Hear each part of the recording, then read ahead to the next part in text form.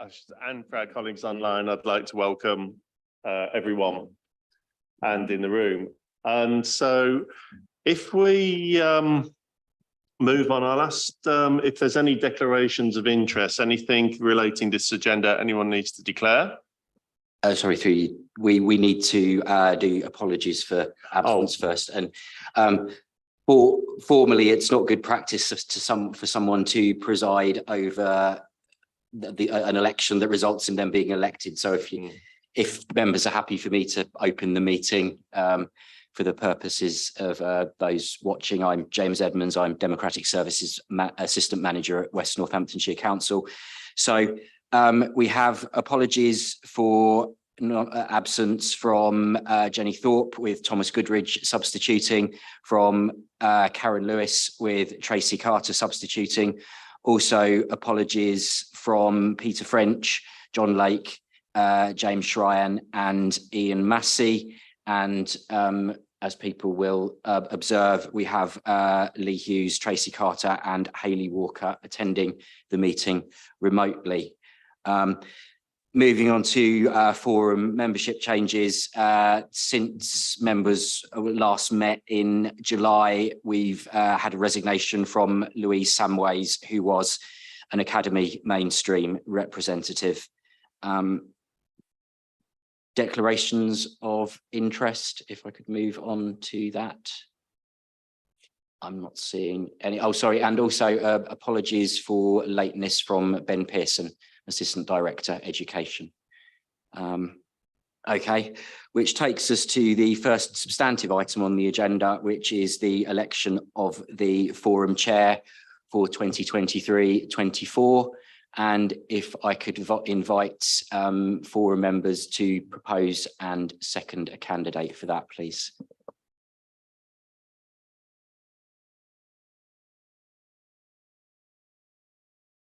I'm happy to stand for that if forum members want, but someone's going to have to second that or propose.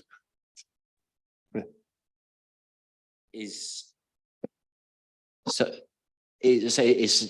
someone second that? Happy to second that, yeah. Okay, so yes, Becky Merritt proposing and Lee Hughes seconding. Are there any further nominations? I see none, in which case is the forum happy to approve the appointment of Paul Wheeler as chair for 23-24.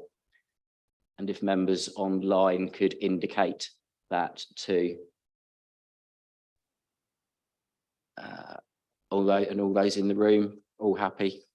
Okay, I think that's unanimous. Okay.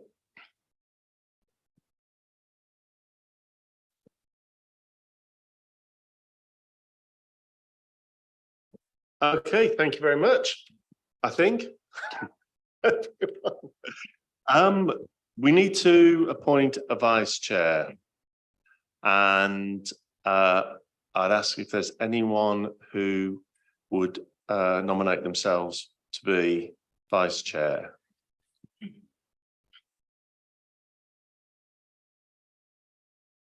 No one volunteering to be vice chair.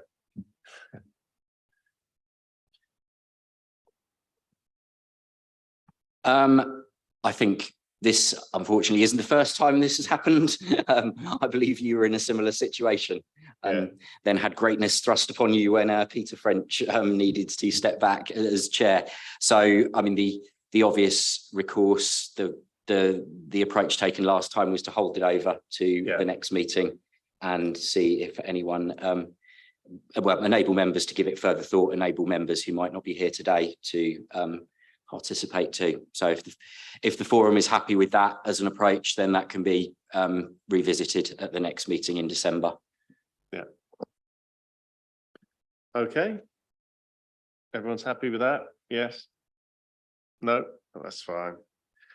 If we move on to the minutes then, the minutes have been circulated for the last two meetings, including the one that wasn't a quorum meeting on the 4th of July, that was notes of the meeting that we held and went through.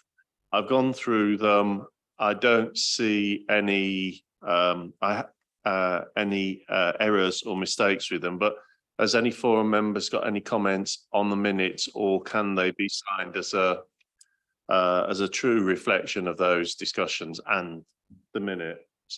Yeah. Everyone down? Yeah. You're welcome. Everyone, yeah. On online, any issues? No. Okay, I think we can take that as the minutes signed. I'll sign those. Yeah. So, and then we move on to agenda item 6, DSG monitoring. Emily, thanks. Yeah, so the report outlines the position as at period 4 that was reported to September Cabinet. So table 1 in the report shows that the forecast outturn position for the 23-24 financial year by DSG block is a total forecast outturn overspend of 1.9 million. So that's comprised of a 1.6 million forecast overspend on the high needs block, 400,000 forecast overspend on the central school services block, which is offset in part by £100,000 underspend on the early years block. We're not currently showing a variance against the schools block. The forecast overspend on the high needs block largely relates to independent school placements, which were up by 34 pupils on last year. But alongside an increase in numbers, we're seeing an increase in average costs too. So there is obviously work that's ongoing within the West Northamptonshire Capital Programme. Includes an investment of around 34 million to increase capacity there, which will hopefully over the medium term look to reduce costs and avoid costs increasing massively in the high needs block. But it will take some time for those to filter through, and we're currently looking at modelling when those places are going to come online and the medium term impact of them. But I think it's important to note that for the high needs block, the in-year position is expected to worsen. So there is a lot of work going on at the moment that's been commissioned externally, funded through the council's general fund to clear a lot of backlog assessments.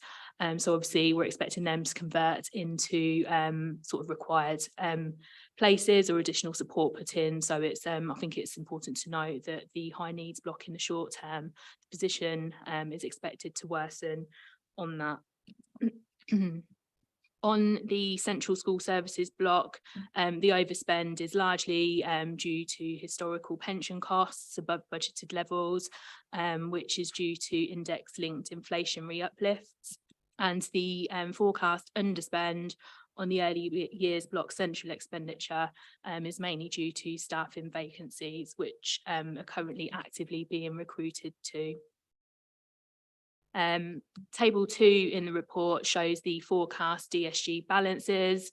So you'll see from the first column, we had a surplus carry forward position, bottom line of 2.1 million. With the movements in year and the current period for forecast outturn variance, we're expecting the position to remain in surplus with a £500,000 surplus. But obviously you'll note that within that, there are surpluses on the early years block and the central school services block, with quite a significant deficit on the high needs block.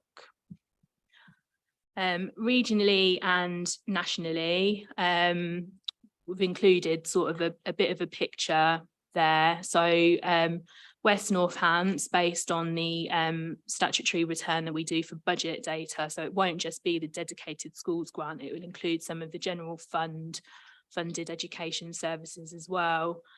So we currently rank 10th out of 16 for unit cost compared to our nearest neighbour analysis, and 16th is the lowest cost per resident.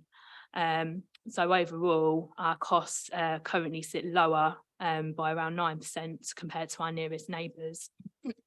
In terms of the national position, West Northamptonshire Education ranks 81st out of 125 local authorities, with 125 being the lowest cost per resident. There's a couple of graphs in there to to sort of show that position. And just in terms of high needs block deficits nationally, they're in the billions. So nationally, as at March 2022, just taking the high needs block deficits nationally, the total was estimated to be 1.9 billion, looking to rise to 3.6 billion by the end of 2025 without any intervention. I think, as we've touched upon previously at this meeting, there is currently in place a statutory override, which means that we can separate the DSG deficit away from the main council's revenue budgets. The government has extended that statutory override period until the end of March 2026. But obviously, without either radical reform in funding or some kind of writing off of those high needs block deficits, it's obviously going to leave councils facing the requirement to issue Section 114 notices if they've got huge DSG deficits. Looking across more regionally, half of the East Midlands authorities, and we're going to do some further work around this with our MFOG colleagues. This information has just been taken from the published reports online. 5 out of 11 of them have DSG surplus balances ranging from 10 to 22 million, with the remainder with deficit balances ranging from 4 to 30 million. So I think it just gives some context as to where West Northants are in comparison to our East Midlands neighbours. Important to note, I think, that 3 out of the 5 local authorities with surplus balances were given above minimum increases to their high needs block funding for 24-25, whereas we were at the lower end, which we'll cover later on in the budget paper. That's a summary really of the current forecast outturn position. So happy to take any questions. Forum members, have you got questions for Beth in the room first? No? No?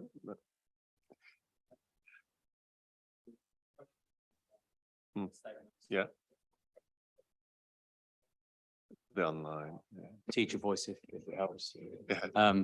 Okay, yeah, so sorry, it's not necessarily a question because it wouldn't be directed at Emily or Beth, but more in my very simple terms, an executive summary of potentially what I'm hearing, just if I'm interpreting it correctly. So there continues to be an overspend in terms of deficit. From what I'm hearing, that isn't going to change anytime soon. It's going to get worse. We don't know how long that's going to go on for, because that's currently being projected. We've actually seen an increase in young people going out of authority as opposed to a decrease. So last year we talked about reducing that, but actually we've seen an increase in that. Forgive me, I can't. So we've gone from 34 to 52. We're also commissioning educational psychologists to address the backlog of requests for statutory assessments. I think it's fair to assume that there will be an increase in EHCPs and therefore an increase in places above the projected, because we don't know what that figure is.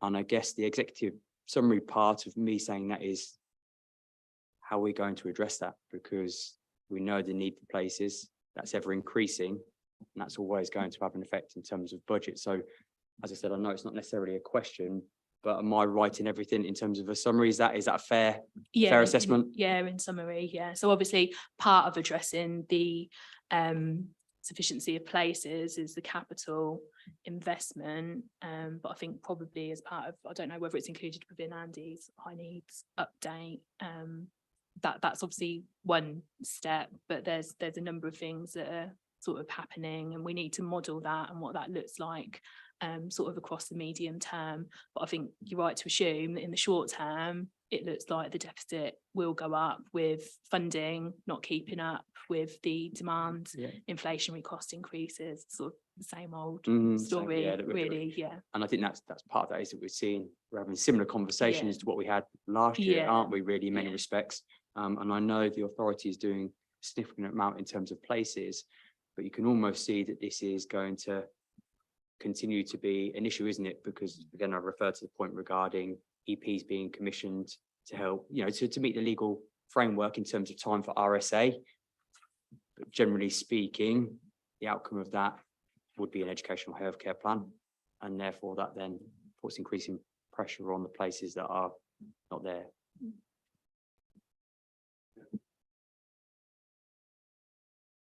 I'm not sure how helpful this is, but I will tell you that yesterday, the F40 group, of which we're a member because we're one of the 40 lowest funded councils in the country, went to Parliament, hence the hat to put forward the case of SEND, particularly to go forward with our figures. There was a big group of people. We met a lot of people from the education department. We felt it was a very productive meeting for just to open our doors and say, we want to do the best for our children, but this is the situation that we're in. And exactly as you said, we've got a huge amount of children waiting for these assessments. We know they're going to be costly when they've been assessed, and we're just not able to keep up with the funding. So we find that it's better to do it in a mob gang of 40 councils rather than one. So hopefully, I've just had some notes back from them all this morning to say they felt the meeting went well. It won't be instant, but at least they're listening. Thank you. Thank you, Fiona. Are there any comments from colleagues online or questions you'd like to ask?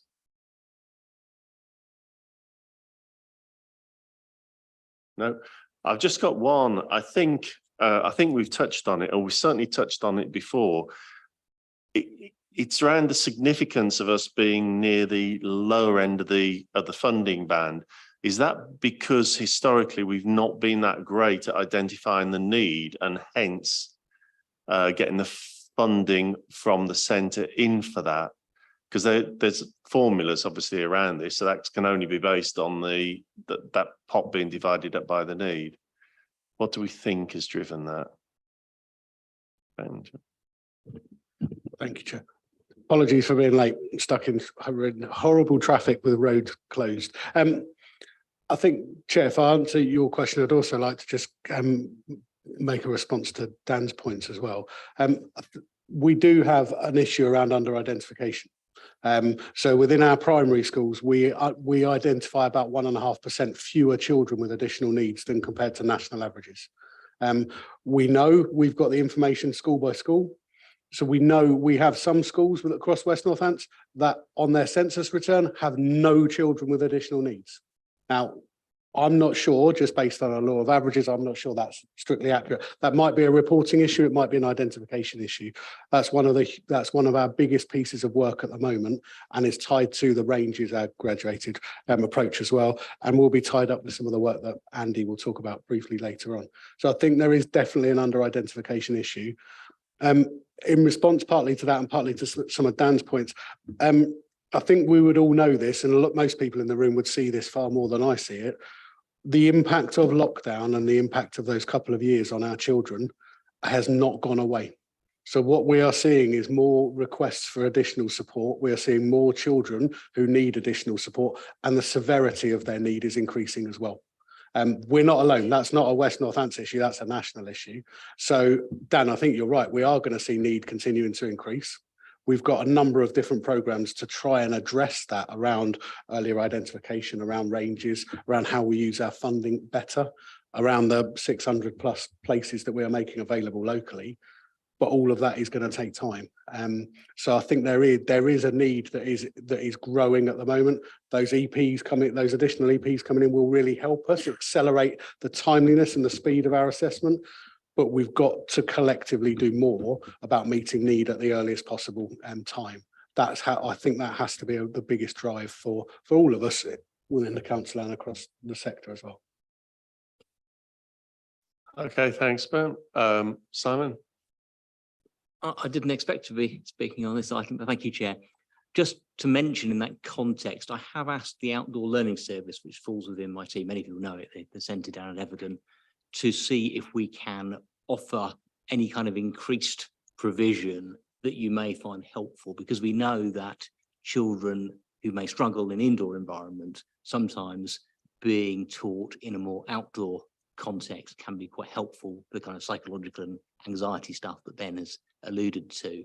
So it isn't ready yet, but we will be coming out with a kind of proposition for schools where there may be something we can offer, which particularly helps children before they become too acute and helps hopefully then be able to return to a more conventional education in time. And Simon, just a quick question on that. Will that, are you expecting that will help all settings from early years through or particular phases? I see no reason why it can't apply. I mean, early years might be a bit of a challenge because the centre is essentially designed currently for primary and up. And in fact, it's predominantly in primary, though it is doing some secondary work now. But certainly primary and secondary, that will be the intention. Okay, thank you. Right, if there's no further questions, we'll move on. I think it's you again, Emily, isn't it? Yeah, we're going to do a bit of a double act here. So we'll sort of do it to me, to you. So I'll start then just with the background. So this paper is outlining the Schools and High Needs National Funding Formula Provisional Settlement version 2 that we received a couple of weeks ago. Unfortunately, behind the scenes, there's been a lot of additional work that Beth's had to do, and no doubt within schools as well, following the publication of the provisional settlement in July, which was then updated again only a couple of weeks ago. Basically, we usually get the settlement in July. So the table that is included, table 1, shows the current year against the provisional settlement, against the revised settlement. So unfortunately, within the revised settlement, we did see a decrease of £3 million across our schools block. And you'll see the resultant increase across the schools block is a 2% increase. Early years provision, because it's done on a different timetable, we've left that as the current position. The high needs block, as we made reference to earlier, we've seen a 3.2% increase, and that is at the bottom end of the national increases that have been seen up and down the country. And as expected, we've seen a reduction in our central schools block, which is due to the unwinding of the historical element of that block at a rate of 20% a year. So I will hand over to Beth at this point to talk through the national funding formula for schools. Thank you.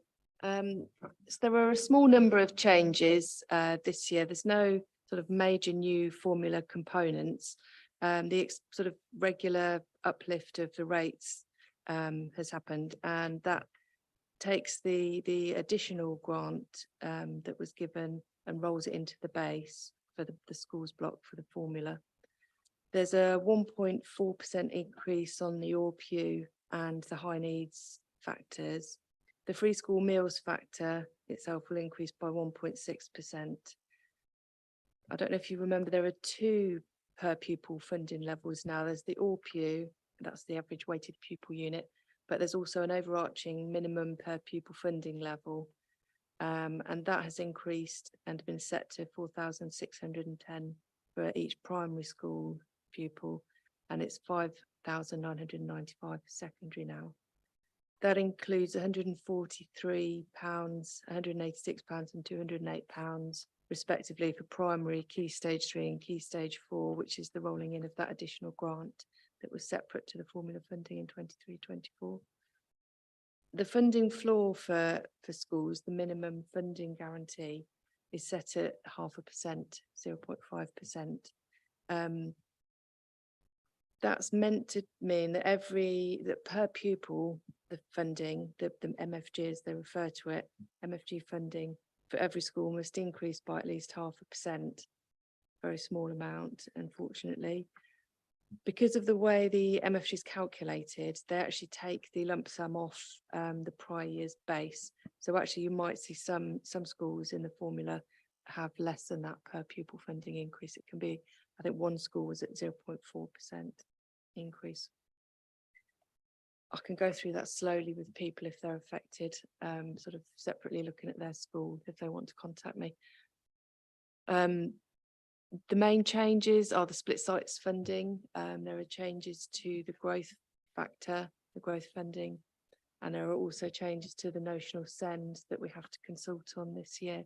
The split site funding is now a national formula. It used to be locally driven, and this national formula has meant that there are more schools included, and also the rates are higher.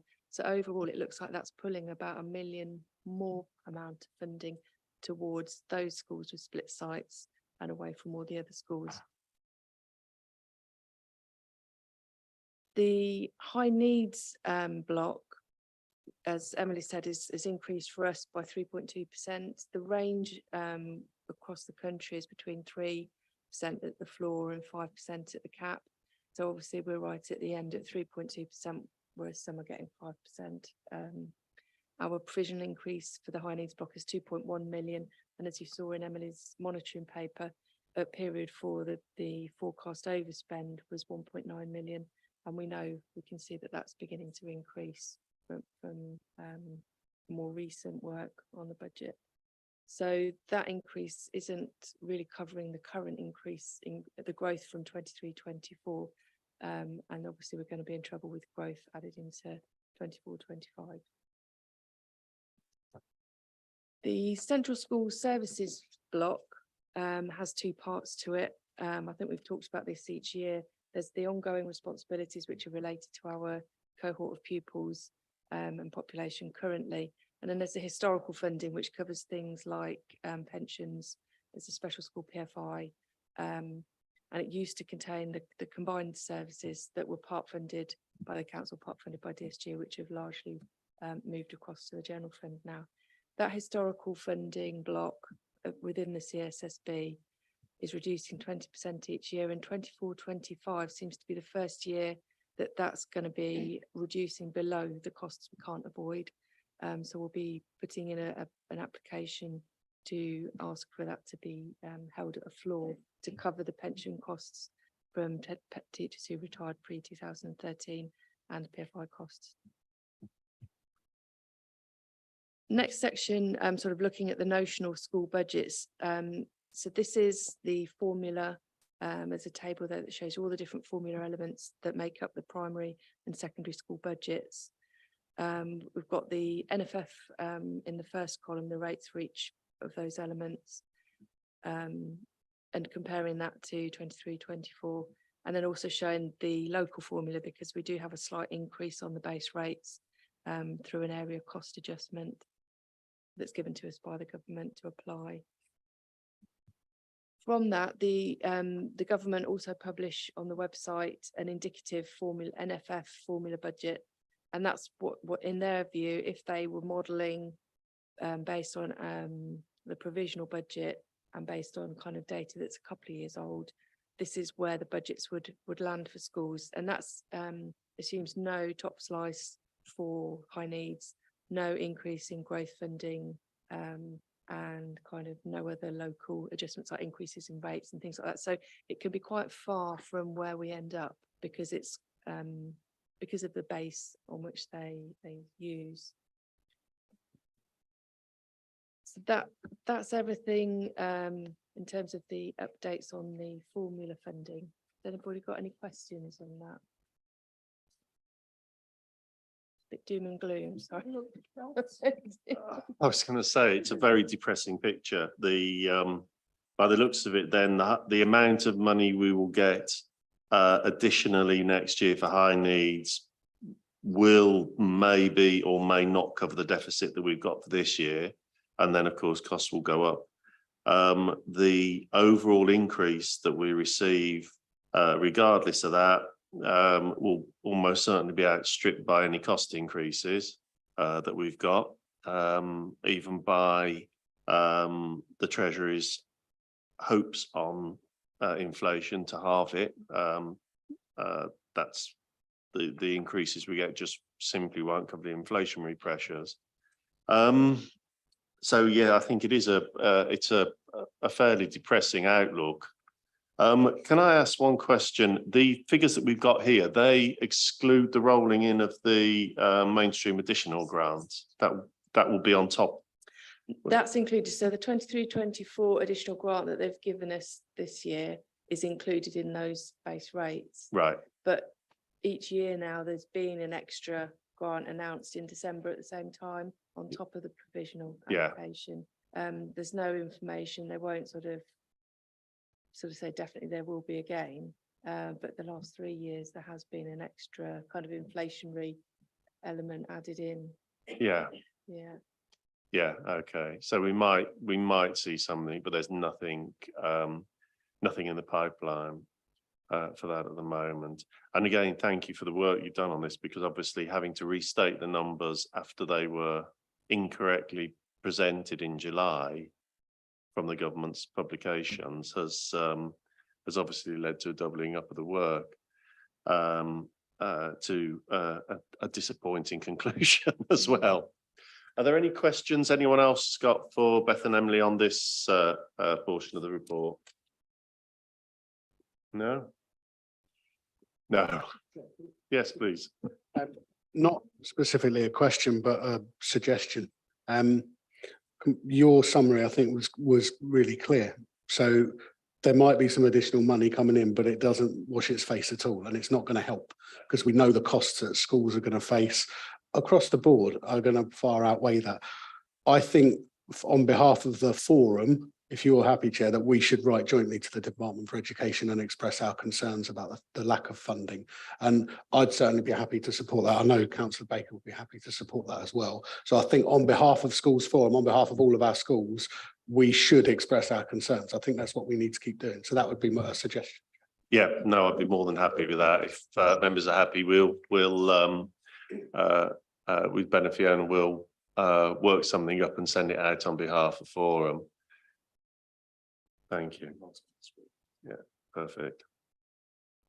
Thank you. It's me again on the consultation. So each October, we bring you the proposed consultation document to go out to our primary and secondary mainstream schools in November. So we consult for the month of November and then bring this back to you in December with the responses to make the sort of final budget decisions. So this is a draft of that consultation. It gives you an opportunity to tell us of anything you want added or removed, or any questions you think could be asked that we haven't asked, that sort of thing. It's the usual. I think we're all quite familiar with the areas that we cover. The main changes, sort of as I mentioned previously, we've got a change to the split site policy that's now national, and it's getting more and more national. And at MFOG, there was the question of at what point do we stop having to consult, because it's become so national and fixed that this becomes less and less meaningful each year. But there are still some parts that I think that are meaningful and that do impact schools, which decision we go for. So if you can, we're banging our drum trying to ask schools to respond to this. The split site is a national formula we can't change. The growth fund, we still have local discretion over that, but the government have put in some minimums. So if we move to section 7 on the growth fund policy, and we still require Schools Forum vote as an authorising vote on the growth fund policy. So several aspects to the growth fund, the rates with which we provide to schools, we've updated those, and we've removed it so that there's just one funding rate for a learning support assistant in primary schools. There used to be 2 separate rates. The minimum requirement is met by our minimum funding level for 15 pupils in a primary school, and the government haven't varied the rate for secondary, so we're more generous. Everything sort of above that is slightly more generous than the minimum policy that the government have asked us to put in place this year. So we aren't proposing to change anything this year, but we expect that in future years, the government, when it becomes a national formula, might start to reduce it to a flat rate for all. They've also required that we include in our policy that any class that a school has to put on, because of the request from us to add places, we have to consider. So previously our policy referred to an extra 15 pupils above PAN, or sort of multiples of 15. It's now that it's whether a school has to put on an extra class. It's not down to the numbers, and we can't refer to PAN. We also have the list of weighted numbers that we add into the formula funding there, which schools forum will have to agree or disagree in December. So there's 4 schools there. And we've also got the growth fund requirement for growing schools on the final table, table 9. And that is an increase in growth fund that requirement. We'd expect to see an increase in the growth fund element of the DSG schools block, but we don't get to see that until December. We looked into the falling roles fund. I don't know if you remember, some of you remember in NCC days, we looked into a falling roles fund, but it was voted out because at the time you could only be Ofsted good or outstanding to receive it. They've removed that requirement now. Any Ofsted rating can potentially receive the falling roles fund, but they have kept a requirement that the falling role has to be demonstrably temporary through the SCAP population data. And Shazia's team have looked into that, and essentially it wouldn't apply to any of our schools. So we aren't proposing to implement a falling roles fund for 24-25 because none of our schools would actually benefit from it, and it would just be top-sizing budgets. Can I ask a question? Yeah. Yes, please do. Yeah. Can you explain what the SCAP population, what that is, please? Because obviously for some of our schools, particularly small rural schools, you know, our numbers do dramatically change over time. And if we were able to apply to a falling schools role, even for a short term, that would support us. Because what we don't want is to start losing some of our small rural schools. So can you just explain what that means? Sorry. Can I hand over to you, Shazia, because I'm not sure what SCAP is. So it's our school capacity data that is submitted to the DfE every year. And that's published online on the DfE website. We're required by law to submit forecasts for the next 7 years. And all of our forecasts take into account things like birth rates, inward migration, pupil yield numbers. They make up our forecasts, which are then submitted to the DfE. I think it might be worth having a look at the growth fund requirements on the government's website. I can send that to you, Eliza, because it says there that it has to be a provable temporary dip in population, and that's the part that we wouldn't be able to comply with. Just to come in on the back of both of those points. Actually, first point, Eliza, I absolutely agree with you. The last thing we want to do is be seeing small rural schools disappear. We know that, and obviously a lot of your work managing those small schools or some of those small schools is fantastic. I think we'll be looking at more and more models like that as we go forwards. Just to reiterate, so what Shazia's team do every year, they submit returns to the Department for Education, who then verify them, come back, challenge, it bounces backwards and forwards over a couple of months. And all of that SCAP data, that forecasting of pupil data, helps generate whether we get any basic need funding if we do need to grow at all. I think the issue around falling roles is very much that very temporary issue. And at the moment where we know we are seeing falling roles, we are seeing a pattern that goes on year after year after year, particularly in some of the villages. So the work that's been done now says we don't have any schools that would be eligible now. We may well do, and I think this is one that we definitely come back to review over the next couple of years. And just to add to Beth, I think Beth's done a really good overview of really complicated, detailed stuff, which Emily and Beth always do. The way that we're trying to model and implement growth fund is to try and bring much clearer consistency and clarity about how we provide that funding. And again, Shazia and the team are doing, I think, an excellent job getting much further ahead of our forecasts. We don't want that reactive bulge class response, which we know we've had to have over the last few years. We need to move away from that because we should, 9 times out of 10, we should see those growth, those increases in pupil numbers coming. Obviously, some of the inward migration things we don't always are able to forecast. So I think the proposals in here make a lot of sense.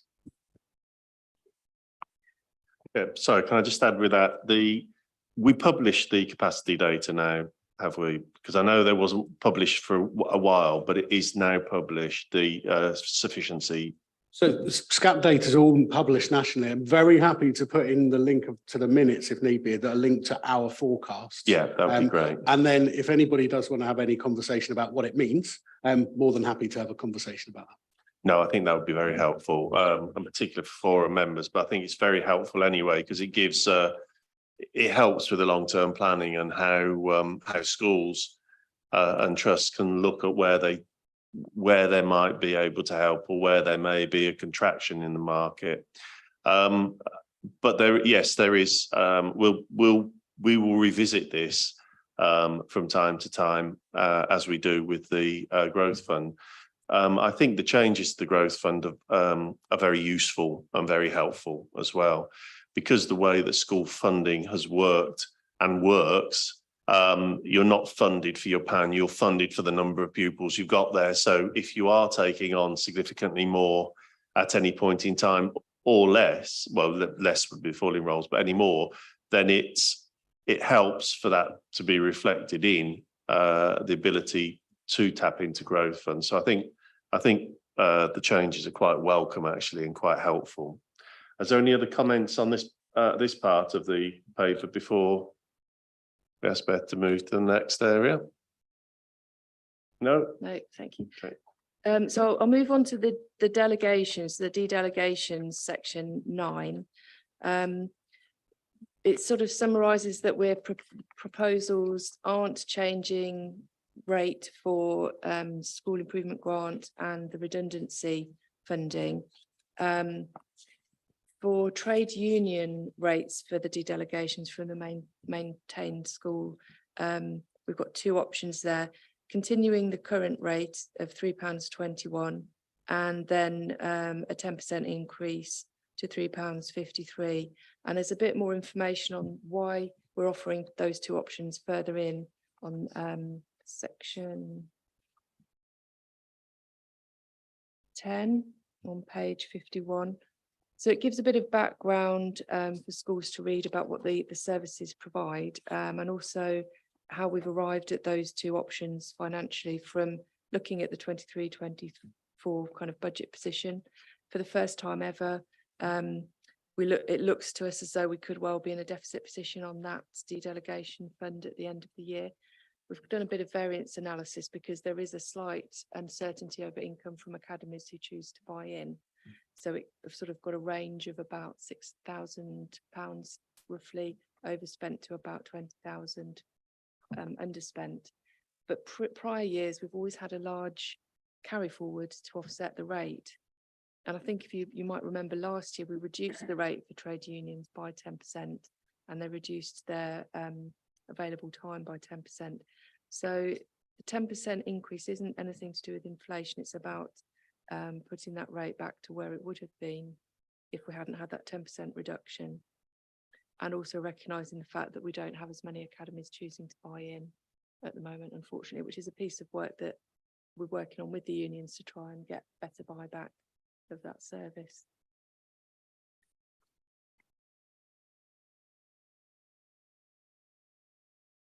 Yes, please do, Richard. Hello, Richard Paul. I'm schools convener for Unison, representing the other unions today. Just here in the meeting, really concur with what Ben and Dan were saying regarding how head teachers are dealing with pretty much pre-EHCP pupils' behaviour, finding that really difficult to allocate resources to those. And the upshot of that is teaching assistant support staff are cannon fodder, I have to say. They are getting a lot of hits and injuries and work-related stress, and I've definitely seen an increase of that since COVID. So the union input in that means that we can support the head teachers in trying to get individual risk assessments in place, and really to prevent staff leaving because people are leaving the profession. So coming back to the de-delegated budget, I've got a paper which I'll send through to Catherine to be distributed, the impact assessment on unions facility time. We all get budgets tight, and whilst the recommendation could be 10%, if there's any of the 50p's that you see down the back of the sofa would be greatly appreciated. But union times in this is increasing. It's not decreasing. And it's what I'd like to propose is, I mean, I think, Dan, were you the representative last year? The maintained schools. Are you that this year? Yes. Okay. So is what I might do then, Dan. Sorry. Okay. Yeah. Eliza. Hello. Yeah. What I'll do is, if you are okay with that, is just put some information to you supporting that you can share with your other colleagues. And as Beth alluded to, we do need to do some more marketing between the unions and the local authority to persuade the academies to try to contribute to the pot. And if you as head teachers can persuade your colleagues in academies to do the same, then the less pressure on you in terms of price per pupil within the pot. I think that's a fair comment to say, but just to say that I'll get that information out to Eliza, Elizabeth and yourself, just so we can have an informed decision for the next forum meeting on the cost per pupil. Thank you. Thank you, Richard. Has anyone got anything they'd like to ask Richard while we're there? We'll distribute the information that Richard's prepared post meeting so that everyone's aware of that. And then is it worth, well, if Dan and Eliza takes that away, but we can also, is it worth including anything as part of the consultation document? Any thoughts? No, Chair, yeah. Yeah. Happy to do that. Yeah.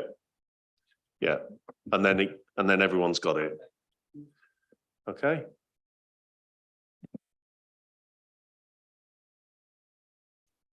So there's just one last section that's a sort of change to the usual, which is that we have to consult on our notional send budget. So part of the formula, a percentage has to be applied to certain parts, elements of the funding formula, which then creates the school's notional send budget for primary and secondary mainstream. And we first implemented that with the overall 2012-13 big change that created the new funding formula, and we haven't revisited it. The government's asking all authorities to revisit it and consult on it. They haven't said what we have to do. They've made some recommendations and they've given a couple of examples.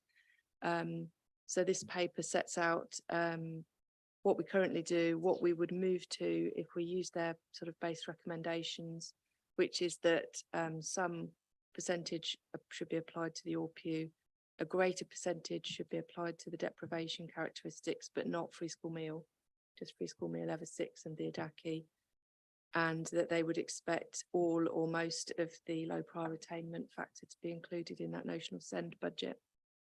So this sort of models that, this paper models that and gives them examples of how that would affect the notional send budget. We're in a bit of discussion at the moment with the SFA on how that notional send budget can be used. We've talked as well to East Midlands benchmarking group on how local authorities can use that to try and help the high needs budget, how to help schools become more inclusive and to bring the budget, high needs budget deficit down. We're having sort of differences of opinions. We're finding different authorities find it more useful than others. So there will likely be a section that we'll want to bring and put into this consultation that's not here. But at the minute, we haven't quite resolved exactly what we want that formula to be and how we're able to use it and apply it.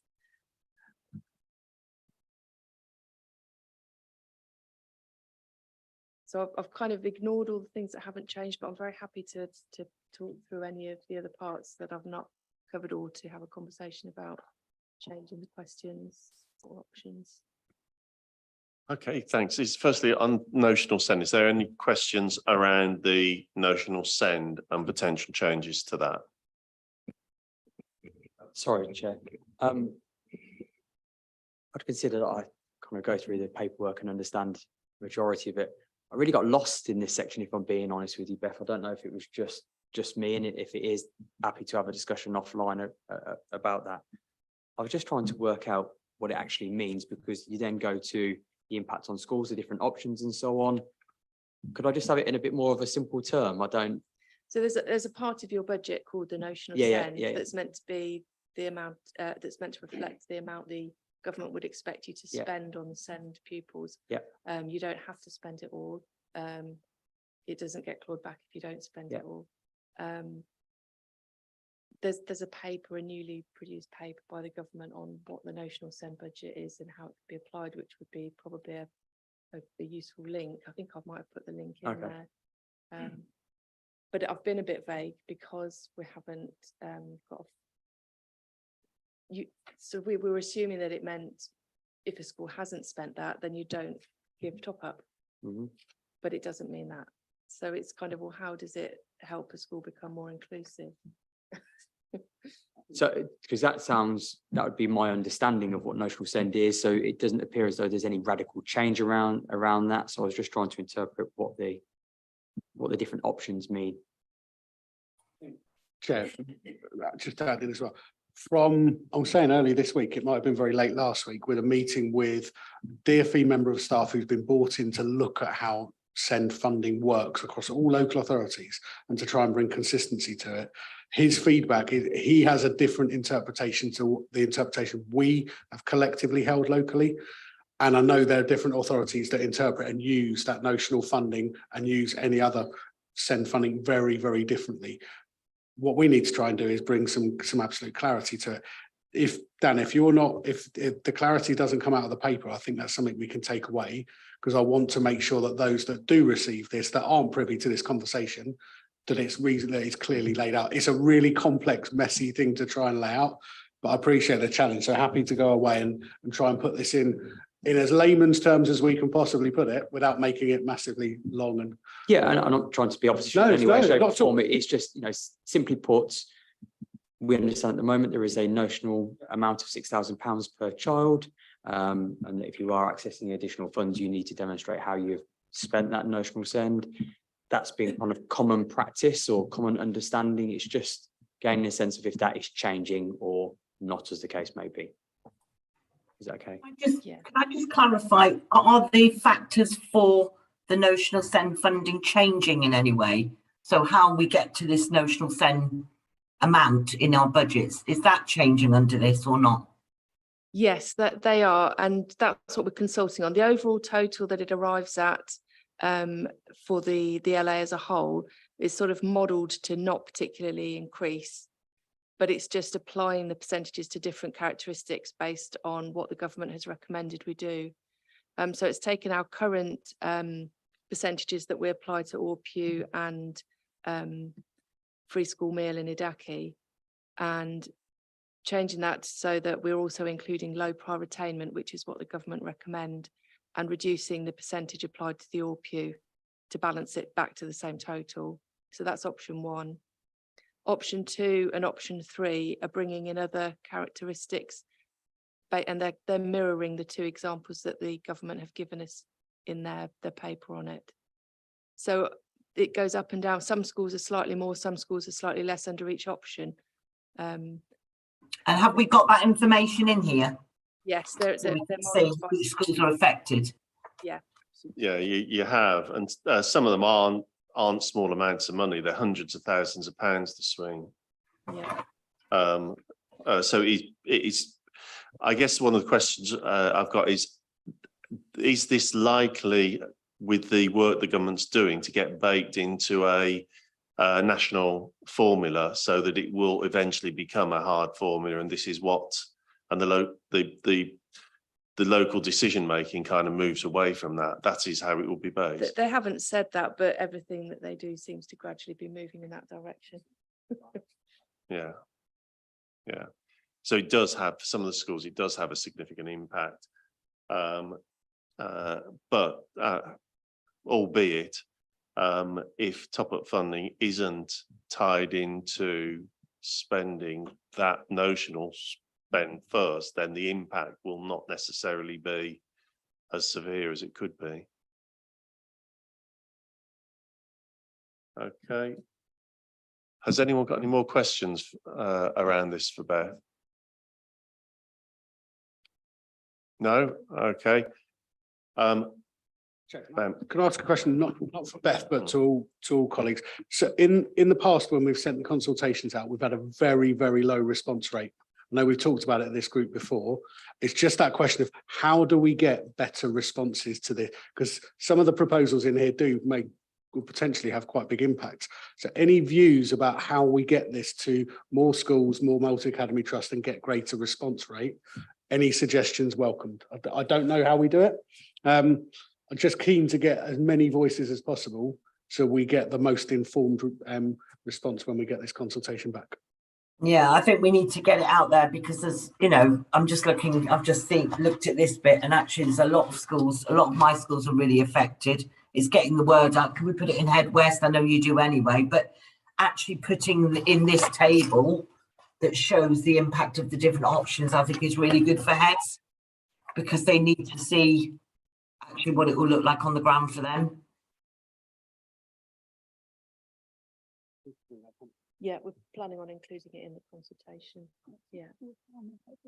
Eliza, there are nods around the table and a yes. So I think absolutely right. Put it through Head West. I'm happy to write specifically to heads outside of that as well. And we can make all of the papers that are here available, obviously, because we want everybody to see the potential impact of all those different options. Okay, if there's any more questions for Beth around the consultation document, Lee? Yeah, one question, just for clarity on the past. So when you go and engage with the multi-academy trusts, that's absolutely fine. And we can do that. And there's a number of people here who are in that. I guess there's previously, how is it going to be included in the consultation? Because the individual schools could obviously submit, but it would probably be a trust answer. Or a trust response counted as one vote, because that has skewed things in the past. So I want absolute clarity, if possible, please. We have tried to write that, sort of note that in there, because in 22-23 that was an issue. So for 23-24 and again this year, we've said we count it as one response from the trust, and every head within your trust can also respond, head or governor or both. You know, there's one response from each school, and In one addition response to? from in addition to one response. Thank you. That's very helpful.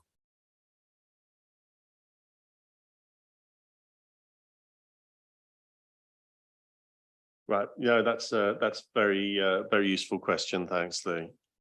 So yeah, when take a view on it, send out your response to all your heads and get them to put them in as well. Then you'll get full representation. Any questions? Any more questions for Beth on this? Are we all happy then for the consultation as we discussed to go forward with the addition of Richard's information on an appendices to it? And I think just going to double check the clarity around the wording of the SEND, but the inclusion of the tables at the back I think helps anyway. Yeah.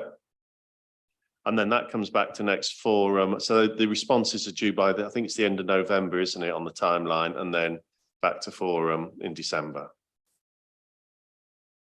Okay. Should we move on then? I think you're next, Simon, on PFI. Thank you, Chair. So you have a report before you, which I suspect will already be beginning to seem a little bit familiar. So forgive me if it is slightly sort of formulaic, but that's in a sense deliberate, because we think the front end part is actually quite helpful for anyone who comes to this cold or new.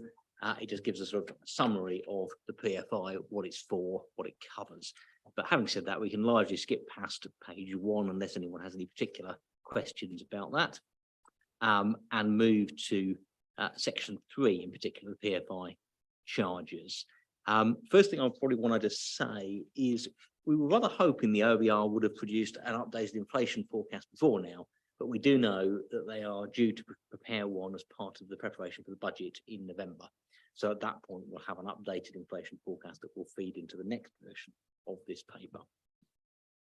Having said which, they're not wildly out. The August IPIX figure was 7.8%, and the OBR third quarter was 6.7%. And particularly if that's towards the back end of the quarter, given we're on a sharply declining inflationary curve, that suggests they're not a million miles away. So hopefully the numbers we see will be similar in November. And you can see that little chart at the top of page 3. As you all know, this is paragraph 3.6. The council wrote to all the schools in the PFI explaining it will make a one-off contribution in 23-24 to provide schools time to plan for 24-25. And Appendix A, as we did last time, we've shown the likely impact of that, assuming the current inflation rate, with some additional input from our finance colleagues to make it as crisp and as accurate as it can be, subject to the inflation rate, which of course could throw everything off, but it is the best we can do. One thing we have done is we said our one-off contribution will be 532k. In fact, it was well over 600k, but in the spirit of being consistent with what we said, we're only actually reversing the 532 and not the 650 odd that it actually was.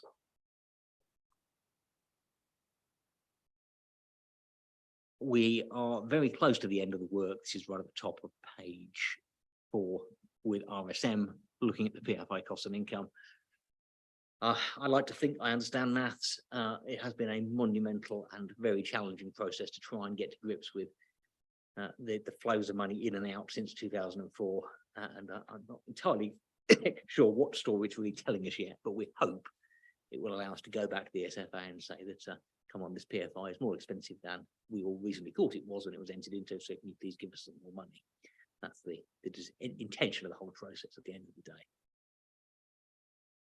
At the last meeting, albeit it wasn't core, there was a question, I think particularly from Dan, about the customer satisfaction. So I said we would provide in this report the last customer satisfaction survey results, which are a little bit old now, they're October 22, but they will be undertaken again October 24, because every 2 years. And you can see the results in Appendix B. I think the results are pretty much what I thought they were, which is to say that there is, on the whole, they come out around satisfactory apart from caretaking, but there is this tail of dissatisfied schools, a large tail.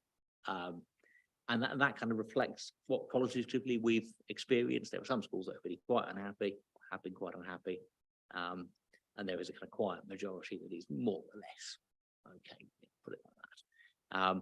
I do think Amy are putting real effort into improving, and I'm hoping that's what the schools in the PFI are seeing. But we will obviously be discussing that with them further. As I said, the next survey is due in 24, and we encourage schools to use it to express their views, both positive and negative, and that triggers certain contractual mechanisms referred to in the report.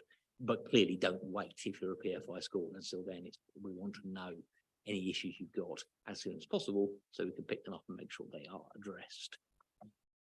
With that, Chair, I will stop, but very happy to take any questions. Okay, yeah, lovely, thank you. And thank you very much for that, Simon. There's a couple of questions I've got, which I wanted to ask first. Just on the assumed charges, obviously we don't know what we'll wait for the update on the OBR forecast, but the amount that we see, which you've very helpfully laid out on the current charges versus the assumed charges, that includes the putting back of the 532k plus the inflation assumption as it currently stands, yes. which may change at the next iteration of this. So hopefully that's where we'll end up. There are two questions in relation to that. Firstly, it will obviously be updated in the December meeting with the latest information. And that's really probably about the baseline where schools are going to start thinking about their budgets, particularly maintained where your budget year starts in April. So are you expecting, if there is a difference come April next year, that you would hold whatever the assumption is from the December paper and say, we'll hold with that, this is where we thought it was, and we'll catch it up the following year? That's one question. And the other question is, when it comes to recoupment for non-service, which is set out in the paper, where we are with that, will you use that to offset any potential increases across the PFI as well to help mitigate against any further increases? So it's kind of two-part question, really, separate. Two questions. On the first one, that's a discussion we can have. We've taken the view of recent times that the contract is the contract and we just pass through the cost as it is. On the other hand, I do appreciate schools have some sort of benefit from knowing a figure and being able to put their budgets and plan through it. All I would say is if we did go down that second route, I think we would take the view that whether the schools benefited or cost, that would be the case. So if we assume the inflation rate is 2% or whatever, then whether inflation is actually 3 or actually 1, we would stick with the number. We wouldn't just stick with it in one direction. But welcome the forum's views and indeed the broader group of PFI schools' views on that point. On the second point, no, there's no intention to take the money the council is entitled to keep from deduction simply because the council puts a very large amount of money into the contract anyway, and amongst other things pays for the PFI management team to keep the contractors' toes to the wheel. Mixing my metaphors here, but anyway, you know what I mean. Keep the contractor in order and under control. Okay, one other one from me for the moment for opening it up is there might be a contractual period for satisfaction survey, but particularly given the recent past, 2 years on from the last one is quite a long time, probably an annual view of this. And it might be beneficial given that if from what we experienced as a very low point 12 months ago to 9 months ago, the performance has improved. It might be useful to recut it and understand what the current performance is looking back. That might be beneficial all round. One for the team managing the PFI contract to say, yeah, it's stabilised or not, and be able to feed that back into the council and into the forum. And just one other question on that. We were looking at the forum that the PFI schools held was going to be held on a regular basis. I'm not aware that one has been held in the last 6 months. We were seeking to get one set up for the early part of the term. That proved to be difficult simply because schools were generally either away during the summer and then otherwise preoccupied in the early part of the term. And then a certain matter which you'll be well aware of, Chair, called RAC, has rather consumed the team's time, and certainly Colin's time in particular, resolving which schools had RAC. Thankfully, not many, but we didn't know that when the question exploded onto the public stage. Then we had to do a lot of work, which we completed at the schools now. We've got some within the corporate estate. So that has been something of a distraction, frankly, and just a resource sink. But yeah, the intention is to get 3 PFI schools group in the diary every year, 1 per term, going forward, so that we've got that nice consistent pattern. Returning to your previous point about the survey, yeah, I think that's a fair point, actually. We'll discuss that with Amy, and it may well be they're comfortable doing that, because as you say, it's as much in their interest as ours, actually. Okay, so would we be able to say that you would expect there to be a PFI forum before the end of the autumn term? Do you think you can? If we can possibly arrange it, yes. I mean, that depends on it suiting schools as well as us, but yes. Yeah. Okay. A minute that. That'd be lovely. Thanks.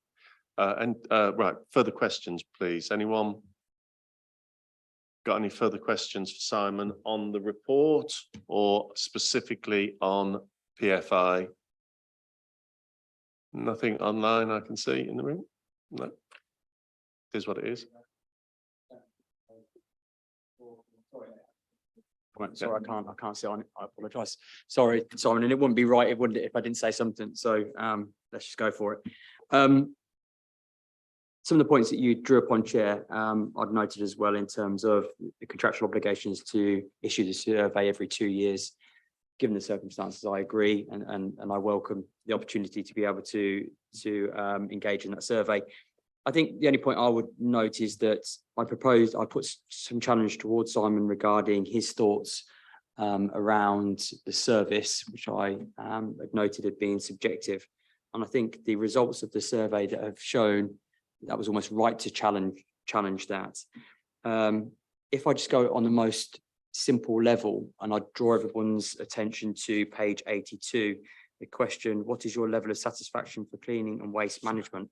So on its most basic level, as a head teacher, is my school being cleaned adequately? And I think for me, that survey says everything that it needs to, because I would suggest that the outcomes of that question would be the same based on feedback from colleagues. So I think a way in which we'd be able to collect that information again would be really beneficial.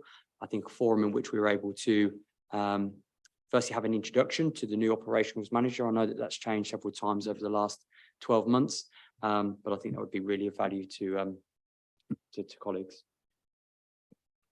Thank you. Okay. That's it. Thank you very much. Thanks very much, Simon. So Andy, High Needs Project update. Okay, would you like to say a few words, introduction, Ben? Always. Yeah, very quick one from me, and then hand over to Andy, who's got far more detail. Just in the slides for this agenda item, just wanted to quickly touch on the first couple of slides. Firstly, a huge thank you to everybody involved. And I know there are partners involved represented around the room, and lots of colleagues across our wider partnership to launch our new SEND and alternative provision strategy. You will have heard me talk about it before. Huge amount of work over the summer, 800 different people involved, the majority of those people being parents, telling us about what's really important in West Northampton, what those priorities are. And a fantastic event, or two events, but a day of events on the 26th of September up in Daventry to launch that new strategy. We had more than 500 people, we had 500 people attend.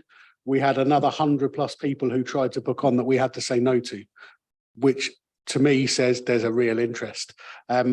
The feedback we've had from that event, I've gone through this in a bit of detail. We had 206 pieces of feedback, 203 of them were very positive. That's about 98%. I'm going to take that, and I'm very happy with that. But a recognition there is a bucket load more work to do. So we are really pleased with where we are on the journey. We have a direction to improve the key issues we know we need to improve around SEND. I think a lot more work needed from now on in to deliver against that. The strategy is wonderful. At the moment, it's a bit of paper. A lot of detail that sits underneath that incorporates lots of that you've already heard today from Beth, from Emily around SEND funding, and a lot of what Andy's going to touch on in a minute as well. And then second to that, and I'm sure this is the handover double act part, we've talked briefly in this room before around the additional capacity that we are creating. And we touched on it slightly earlier with some of Dan and your comments, Chair. We've just put a table in there of all of the additional places that are being created at the moment. I would just say right at the very bottom, there's a note. So we are currently discussing with other providers around where there are possibilities to expand further. What we are not looking to do is expand every time there's an opportunity to expand. So a lot of schools at the moment are very keen to create provisions within school. We are really trying to take a needs-led approach where we know there's a need for a particular primary need or particular cohort of pupils. We're trying to look at how we best meet that need. And I'm very clear, this is a really good programme. Building additional special units is not the answer at all. Go back to the conversation earlier. We need to get back to every teacher, a teacher of SEND, ranges, implement that properly. But these nearly 600 listed there, another nearly hundreds that we are trying to negotiate as well, places, will be a really key part of the future, meeting the need of children with additional needs across the piece. I think that's probably me, and that's a sort of hand over to Andy, if that's about right. Yeah, thanks, Ben. Yeah, we included the particular table, which is in response to the question from yourself, Chair, in the pre-read meeting. And I think the only thing to say to add to what Ben said, it's a fairly fluid situation. These are the ones which are public at the moment, and there are others which were taken off an earlier version because they're not at that stage to be able to share today. So Ben's touched on the overall strategy in the event. He's touched on then the capacity. I'd like to give a brief update where we are on the ranges. We are working closely with the Secondi Senko, developing a training program, which is part of the centralized training program, which is part of the strategy. So it's one of the work streams within the strategy. The one point I would add is that where we're talking about dates being shared by half term, that's Friday. We've got a slight hiccup. It will be early next term. So please, when we publish these documents, that's the date we're aiming for, be early part of the next half term. Sorry, I think I said the next term. But as Ben mentioned a few moments ago, it's about adding value, implementing the training, which is part of what we talked about, I think, in my first forum, which is implementation. Then we learn, then we refine. That's really it from a ranges perspective. If I move forward then into the funding project itself, at the previous forum, I did highlight that we were pulling together a public consultation, which has been completed, and what I've delivered today is some just some of the highlights. It was shared via multiple platforms. A moment or two ago, Ben, you mentioned how do we reach people. This is just an example of what we did for this particular consultation. One of the key objectives was to actually drive awareness. We wanted to reach as many people, as many stakeholders as we could, to say, this is happening, please have your say to the questions which we included. We reached over 35,000. I've not refined the numbers. I need to just connect with MPFG on their social channels to actually say where we got to. But 35,000, some of them will be duplicated. We make no excuses if people receive it twice, because they may be a citizen, they may also be a parent that's interested. So some people did receive it twice. And the table on the right-hand side, or the call out, highlights the total number of people who responded to tell us how they received it.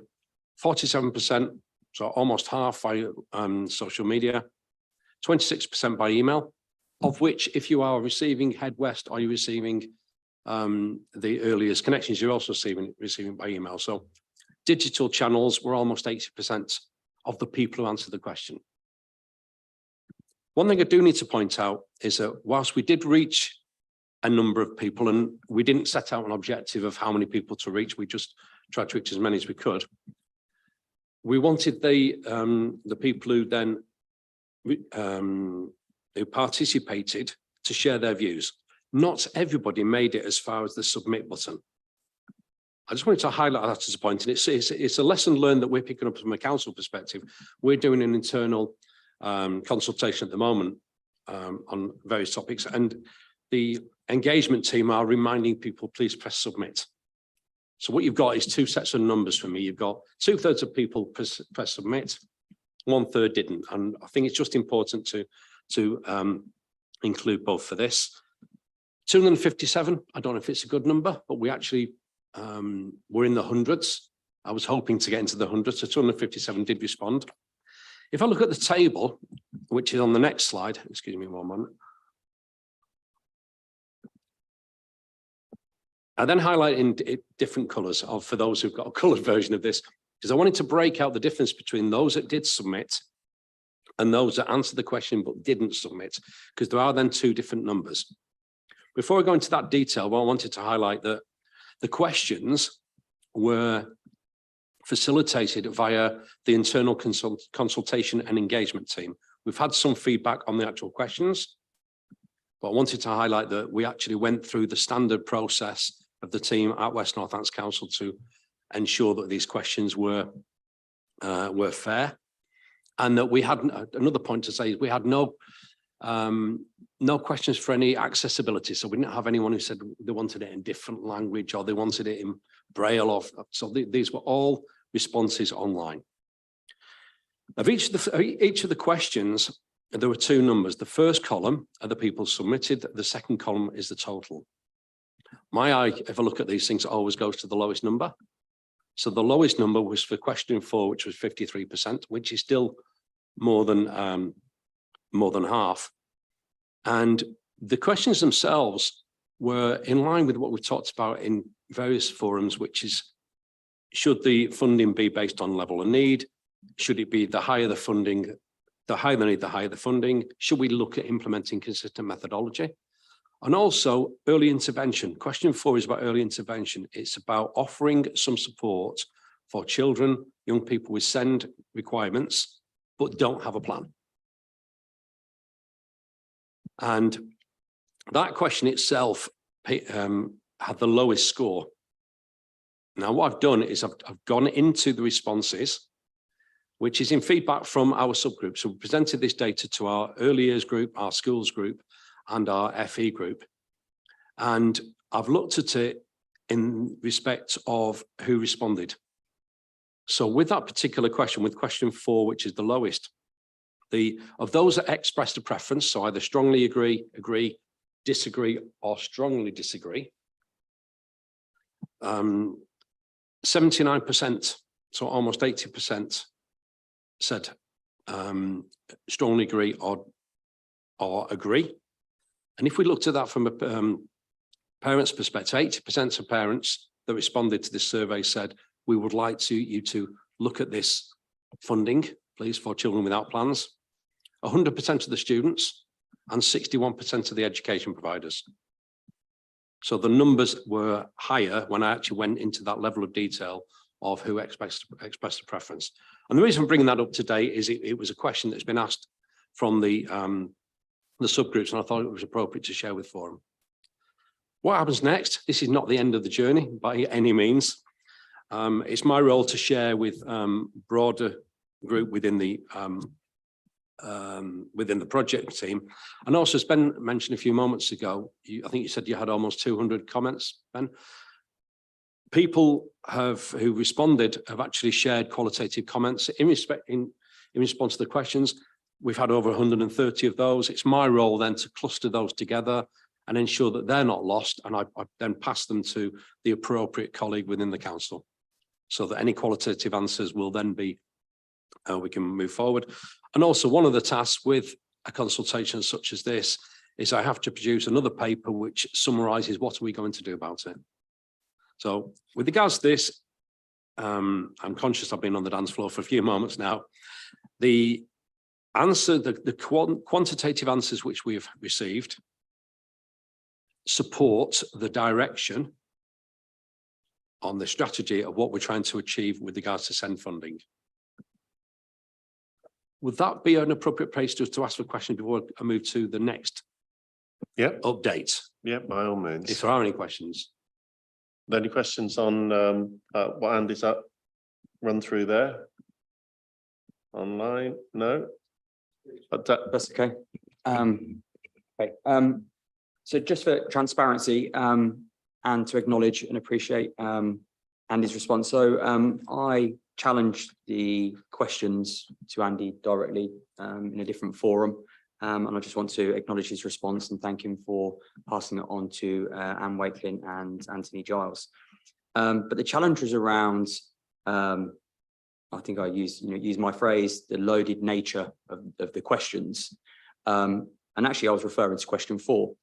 And so it's interesting to me that you've broken those figures down, but there is statistical significance in terms of the difference between question 1, 2, and 3 and 4. So it almost brings it to light that there may have been different interpretations to question 4. So when I asked that question of Anthony, and you used the term early intervention, and again, that's an open term. So are we talking early intervention through notional SEND funding, or are we talking about early intervention through targeted funding, for example?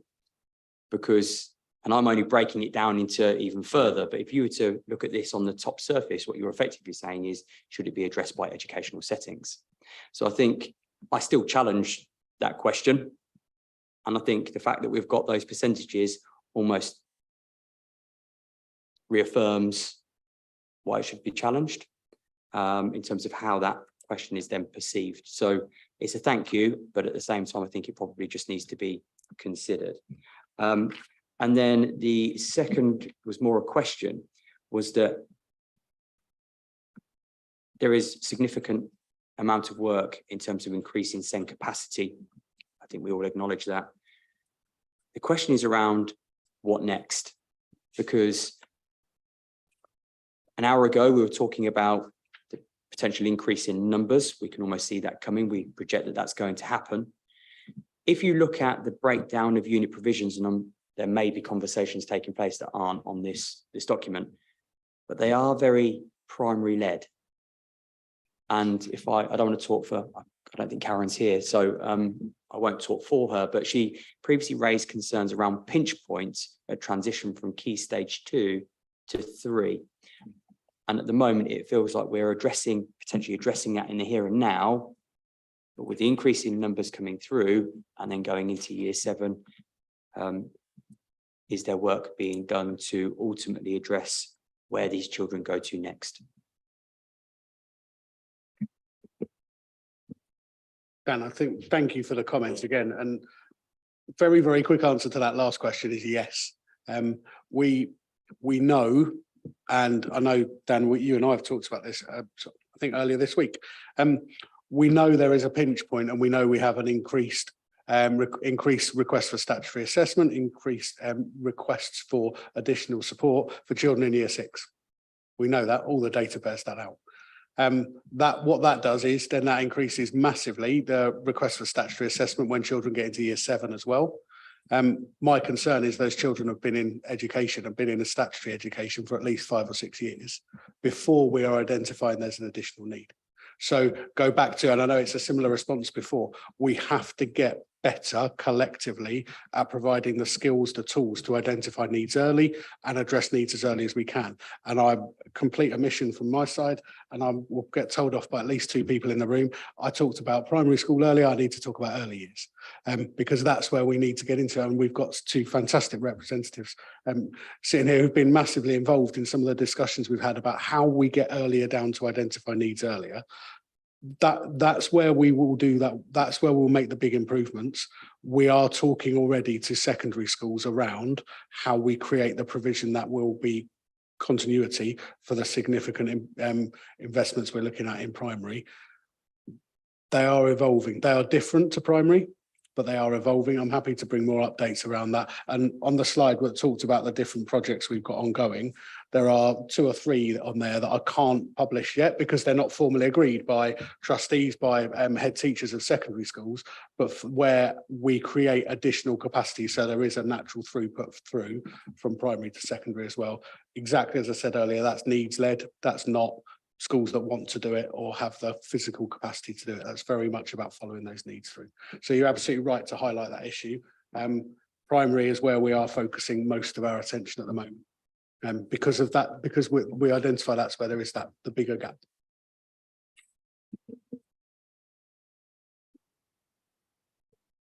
Is any time or investment being put into the early years from what you've just said? You know, capacity for spaces for children pre-reception age and communication and collaboration with the early years colleagues who maybe have capacity within their settings to provide some form of support, but would need funding. Becky, you're absolutely right. That again is part of the strategy that we need to get earlier, and we need to look at how we invest in early years so we can build on the expertise that we do have. Because of the way that we know we fund statutory education and early years, that brings challenges to us. But I think those challenges we can overcome. So we are having some discussions with particular units already. I'm very keen that we have those discussions around the whole and across the piece. So we know we've got some fantastic practice led by organisations here and others around improving early years practice, improving identification, improving meeting need. We need a greater consistency of that across the piece. I'm very conscious that has been left for a long time, and that is being picked up by people who have a passion and an interest. We need to get back to support that more. And so we are on that. We're not there yet. You know that, but we're not there. But you're absolutely right. That's what we need to focus on. Ben, would we for the next report has some timelines around the focus of the work. I can see, obviously, there's an update on some of the activities around early years, but it would be good to have a real firm timeline on that, I think.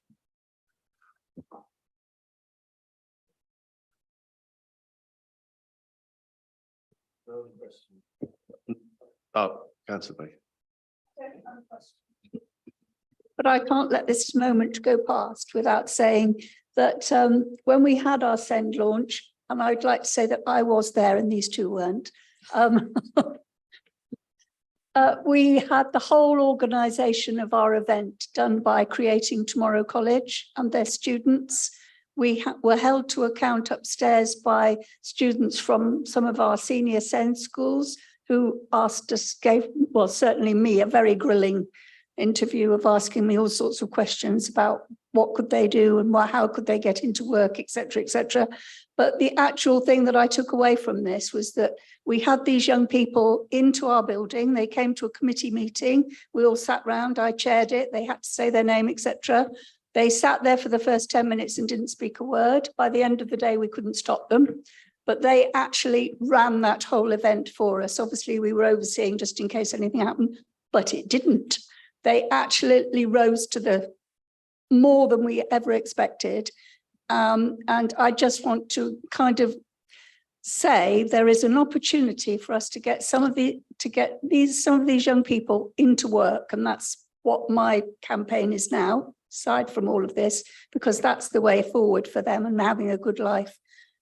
SEND schools and staying in special schools, we've got to get them out to live in the real world as well. And we've got to be accepting, employers have got to be accepting too, the people that are a bit different. So I just wanted to tell you how proud I felt of them for doing that. They were absolutely amazing. I think I've bitten off a bit more than I thought because they're now regularly coming to our offices, want jobs, particularly in cyber IT. Yeah, just a second note. And just to follow on from that, Fiona's absolutely right. The young people were brilliant, and I should have mentioned that at the beginning. We as a council have recently employed 3 young people with additional needs as supported interns to come and work in the council in different teams, not just within children's services. And they are changing the way we look at things already. They've been with us a month or so. The ideas, the passion, the willingness to challenge and question what we do and why we do it is really making us think differently, which is exactly what we want. So they are really driving a lot of what we will take forward. And just to clarify, I wasn't at the event because I had COVID and I was in bed and I didn't want to share it with 500 people. So I thought that would be a wise thing to duck out of that. But I was disappointed not to be there. Really, really positive event. That's lovely. Thank you. And thank you very much, Fiona.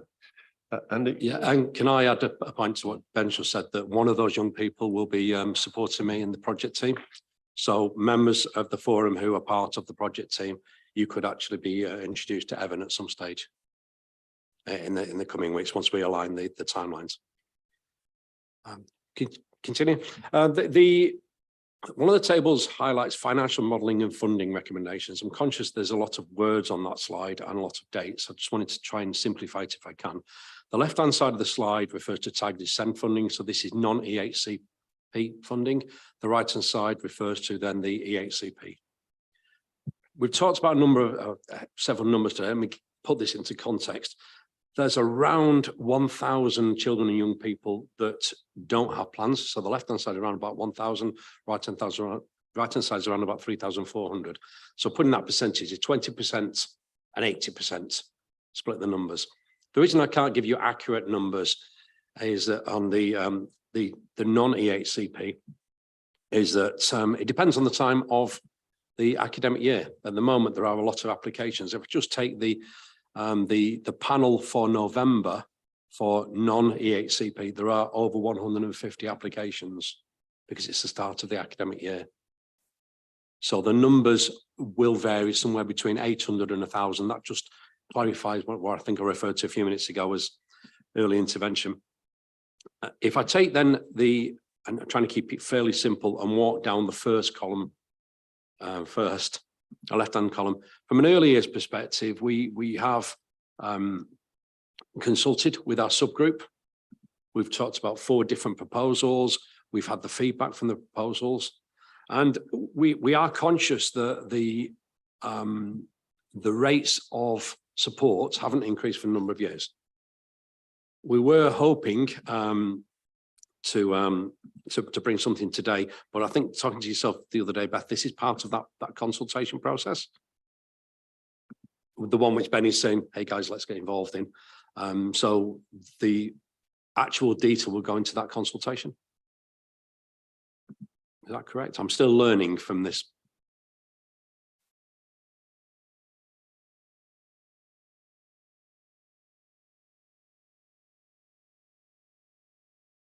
Okay. If I then refer to the early years, the current, we looked at a number of options. We consulted with the group. The feedback was, let's keep it simple. Let's keep with an hourly rate.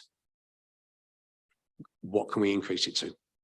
So that the next stage is then looking at completing the modelling, because we need to look at where this fits within the general budgets, which is something Beth is looking at doing alongside the new early years manager and also Anne Wakeling. So anticipate by the next forum, by December. Yep.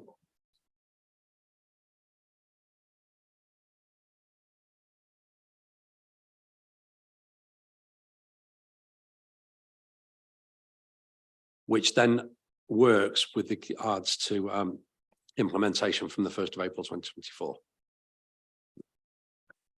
What I will do for the early years colleagues in the meeting, I will make sure that the next subgroup meeting, I have that clearly aligned on dates. My apologies, I'm still learning on the process of these consultations. If we take the school age group, we were at an advanced stage with regards to a proposal. We'd gone to the group, we made a recommendation, but as Ben and Beth touched on earlier, we've had some difference of opinion with the ESFA on how the money can be spent and what the criteria are. So we do need to go back to the schools group again with this proposal, but we need to clarify internally first. That's correct, Beth. Yeah, that's a good summary. And reading further down the slide without reading every word, from an FE perspective, around about 100 young people would be in that category. We are a little bit further behind from a timeline, so the idea is that we take our proposals to a future FE subgroup meeting before we then come back to forum, which is the process we used all the way through. If I look at the right hand side, which is then the E8C plan side, and that's that we have no numbers today. We don't have any proposals today. What we have done is consulted with other councils and implemented a banding tool such as this. And there's a couple of points which I wanted to bring to the forum just to highlight that one of the councils set rates which were too high for what they could afford, and they've ended up having to try and claw money back, which isn't the right way of approach. And another one of the councils, which is by borough, which is one of the London boroughs, which is similar numbers. They've got around about 3,000 plans. They've got demographics from Notting Hill to Tower Hamlets, so broad demographics within their council. They implemented and then they spent the next 6 months handling appeals. It's really important that we get our rates when we are able to bring them to forum as accurate as possible, so we don't have to do the task twice. So I think at the previous forum, I did say we're looking to bring the proposed rates here, having already taken to the subgroups. We're not at that stage. We want to make sure that we do it correctly so that we reduce that need for tying up staff and staff, both from an education provider and a council on appeals. From an FE perspective, I want to add a point. We do have an FE rep in the meeting today. It is quite different from looking at the early years in the school age, and we are looking at taking advice from councils which have already implemented this specifically for FE, and I'm hoping to get that completed next week and then feed it back to the subgroup. I'm conscious that that's the money slide, and maybe say, are there any questions before I move on to administration, if we still have time? Yeah, please go ahead, Rach. Thanks, Chair.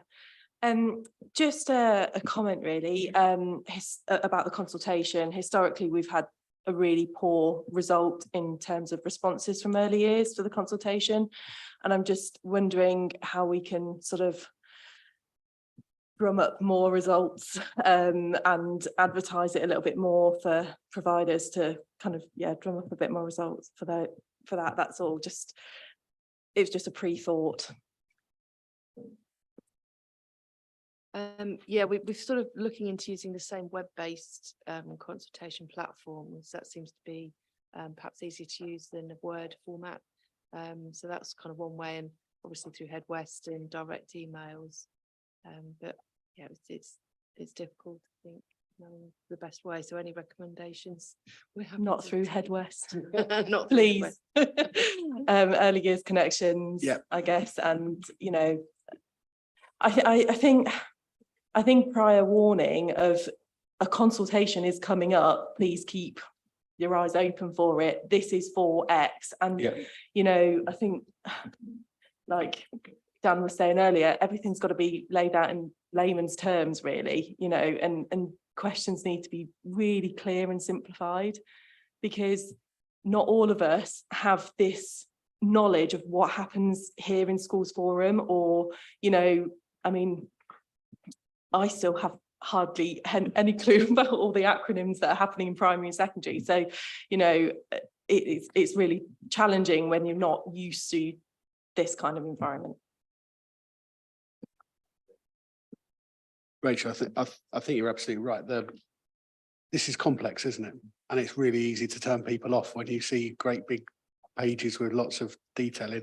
I suppose that my question back would be, are there any fora that you're involved in where we could come and speak to groups of, numbers of, and actually have a conversation and try and break down some of the detail and the acronyms? And just because I feel by having a bit of dialogue, you and I have had loads of dialogue around this, and I think it's helped that clarity. And I know you'll respond. More than happy if there are groups that we can come and talk to, we'll come and talk to them. I'm offering Andy to go on a road trip now, but we're very happy to come and talk to people and to try and get that buy-in. I don't know how we consult about something that is really technical and really difficult. We can't oversimplify it because that wouldn't be fair. So we need to find a way to try and break down that language and the complexity of it. Happy to think about any which way we do it, or we put some sort of incentive in. Someone gets a prize if they're the 100th person that fills in a survey. I don't know, but I'm really keen to look at anything because I do want to hear the sector's feedback. I think, sorry, Becky. Yeah, I think I can't remember last year. Beth, did you send it to me to read through beforehand? Or there's been something, yes, yeah. I think you did.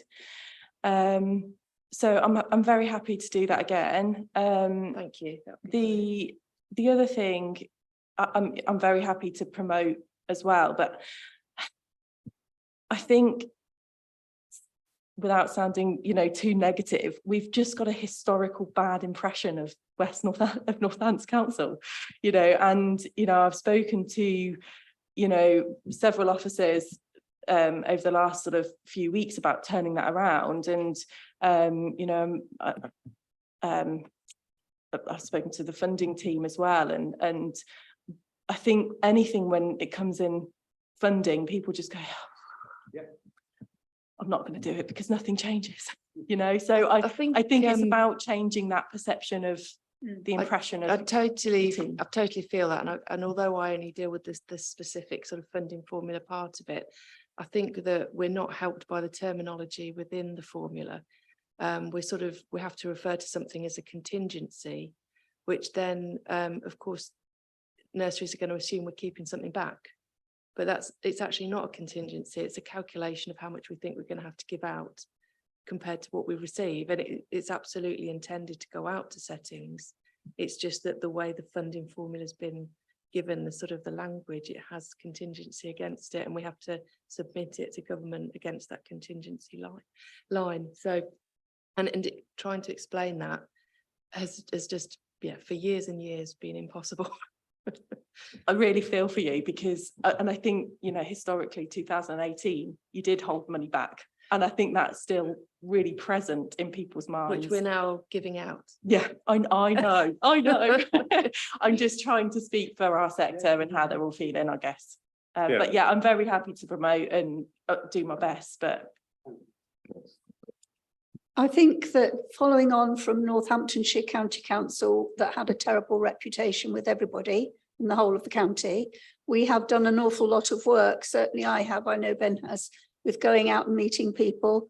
And we've been out and met all of you. So that wouldn't have happened before, would it? So I think anything you can invite people to come and meet them, because that actually does do a fantastic, much better than all of this.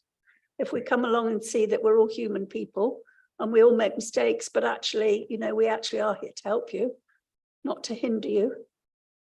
So if you think of anything at all, we'll send people along. Yeah. We'll come, won't we? I know the early years have a network meeting, I think it was last night, based on WhatsApp messages going on. So I'm assuming that the early years colleagues will promote that and let them know that's a forum that quite a few early years people go to. And my next suggestion involves money, so I know it's going to be a no. But if there's any way of inviting the early years sector to something, a network meeting that involves cake, that celebrates them, I think you might get more people going, because there are not very many things that the early years are invited to that doesn't cost them any money and is at a time, would have to be in the evening. If you could do something like that around the time that you want them to do this and do your QR codes that you've done in the past, you might find that you get a better reaction. Can I just ask one question? Because we have several locations. Where do you think that the best location would be? Or do we need to do 3? You might have to do, yeah, more than one. Yeah. Right. I just heard that's 3 lots of cake personally. So Becky and Rachel, very, very happy to do it. I think just to reiterate the point, we want to come out and and Andy is the smiley, nice face of the council. I'm certainly not, but we're very, very keen to come out and to listen. What I'm keen that we don't do is suddenly, and I know some people in the room will know more, that we are creating an early years team. It didn't exist 6 months ago. We've recruited some fantastic people with loads of experience from the sector. What I don't want is for them to suddenly say, we're organising all of this and we're taking over again. So I want to build on what's already out there. So those events, if there was an event last night, please invite us there. I'll be there, Andy, whoever you want to come, and we'll bring cake.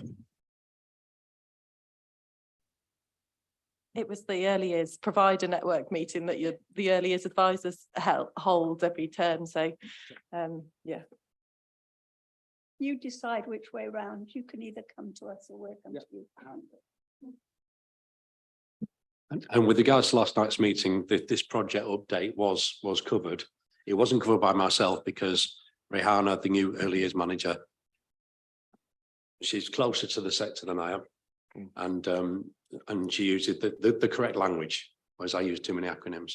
So this was discussed at the meeting, but coming back to the promotion topic, what we did for this consultation was said there is something coming, look out for it. And then another communication said, it's here now, here's the QR code, here's the link. So it was a 2-step.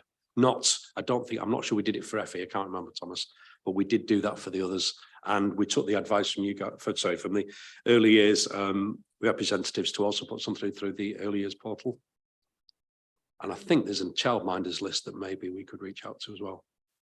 So, and that's, I think these things are linked, and that's why I claim 35,000 is a good number, because we reached them. It may have been 100,000, I don't know. It's, you know, how many can we get to?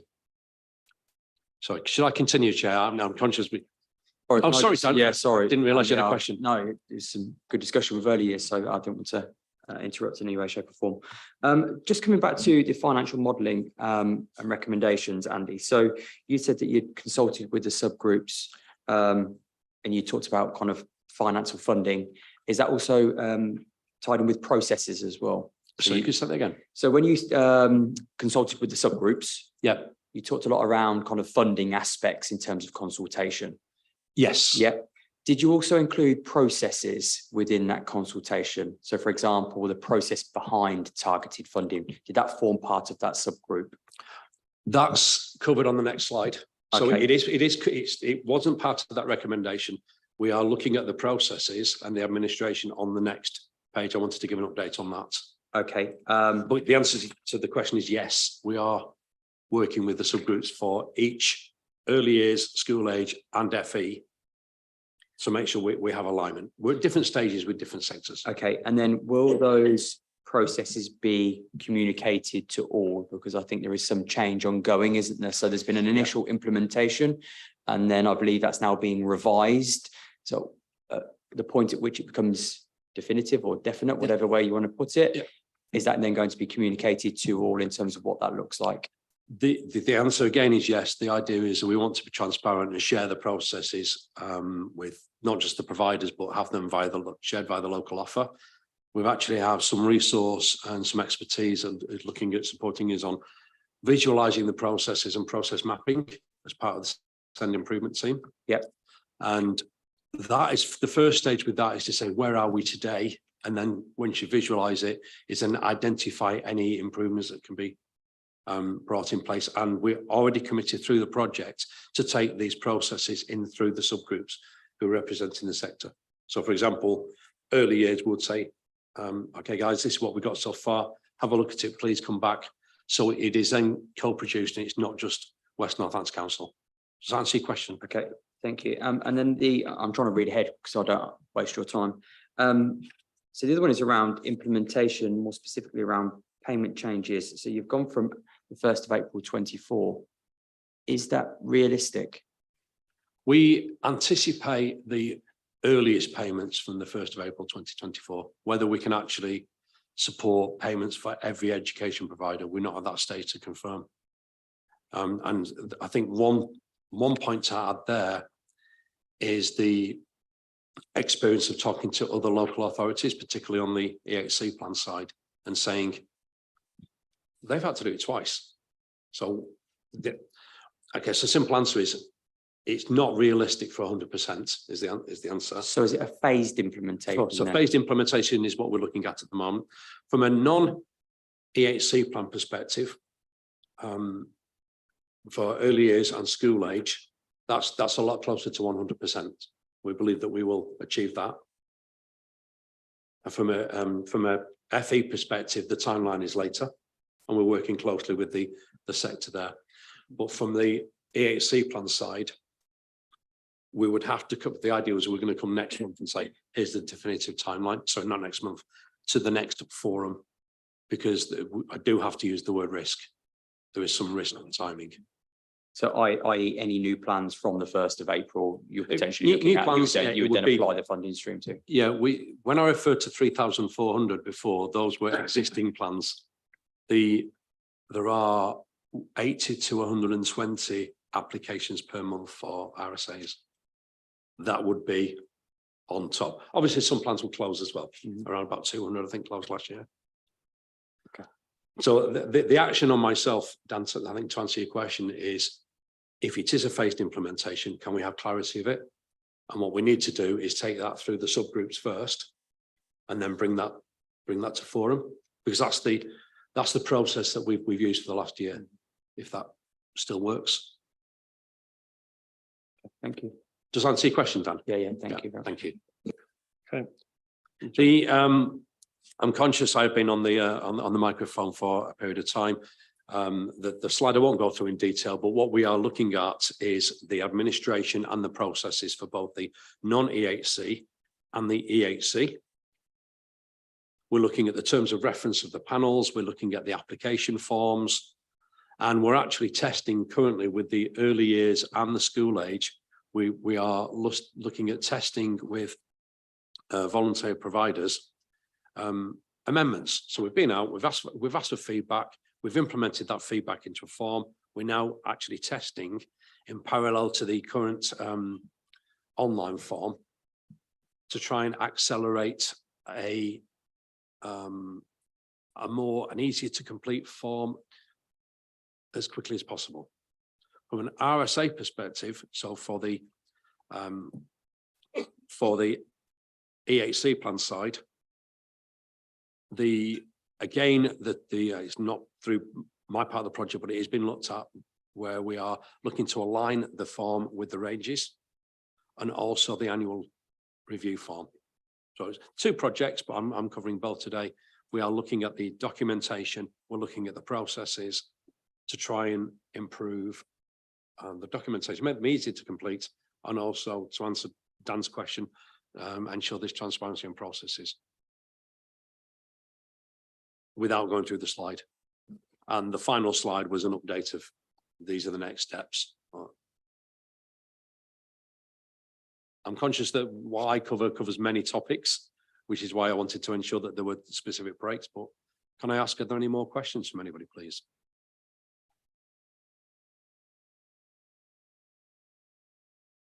Is everyone happy online? Yeah. Fine. Any more questions for Andy in the room? No? Okay, thank you very much, Andy. We'll look forward to the update at the next meeting.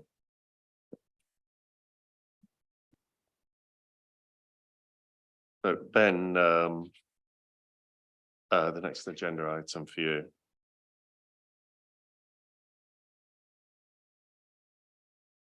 So it's, sorry, Chair. This is I think a reasonably brief agenda item, but it's one that I needed to bring. There's no paper here. It's one question.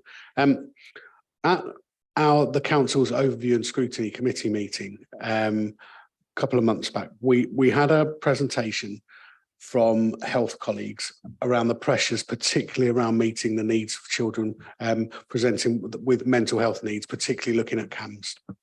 And that presentation went into quite a bit of detail around the struggles that the CAMHS system face at the moment, which all of us will know both nationally and locally. We see children with massive waiting lists and not able to access the services they desperately need. The health colleagues that came along there pleaded with the council, and the councillors that are part of our overview and scrutiny committee agreed that we should ask members of Schools Forum whether there was any education funding that could be put towards providing additional CAMHS support. So I said, as I was asked to do, I said I would bring that to this group. I'm happy to go back if this is something that schools are willing to consider, and being very clear, this is asking for schools funding to go into the health system to help provide CAMHS services. If that is something that colleagues around the table think we can entertain in more detail, I'm happy to ask health colleagues to come along and provide that detail.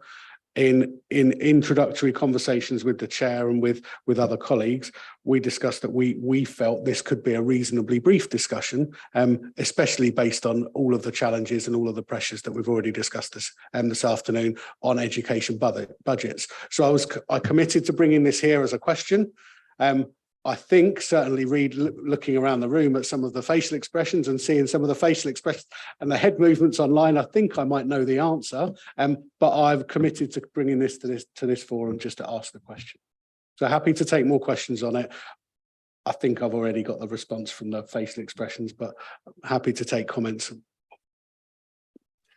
I think as much as we understand our colleagues in health and the difficulties they face, I think after listening to today, our schools' budgets are extremely tight, and as much as we would like to help, we cannot even meet the needs of the children with the needs that we have in our own schools. So unfortunately, that's my opinion, and the answer would have to be no, I'm afraid.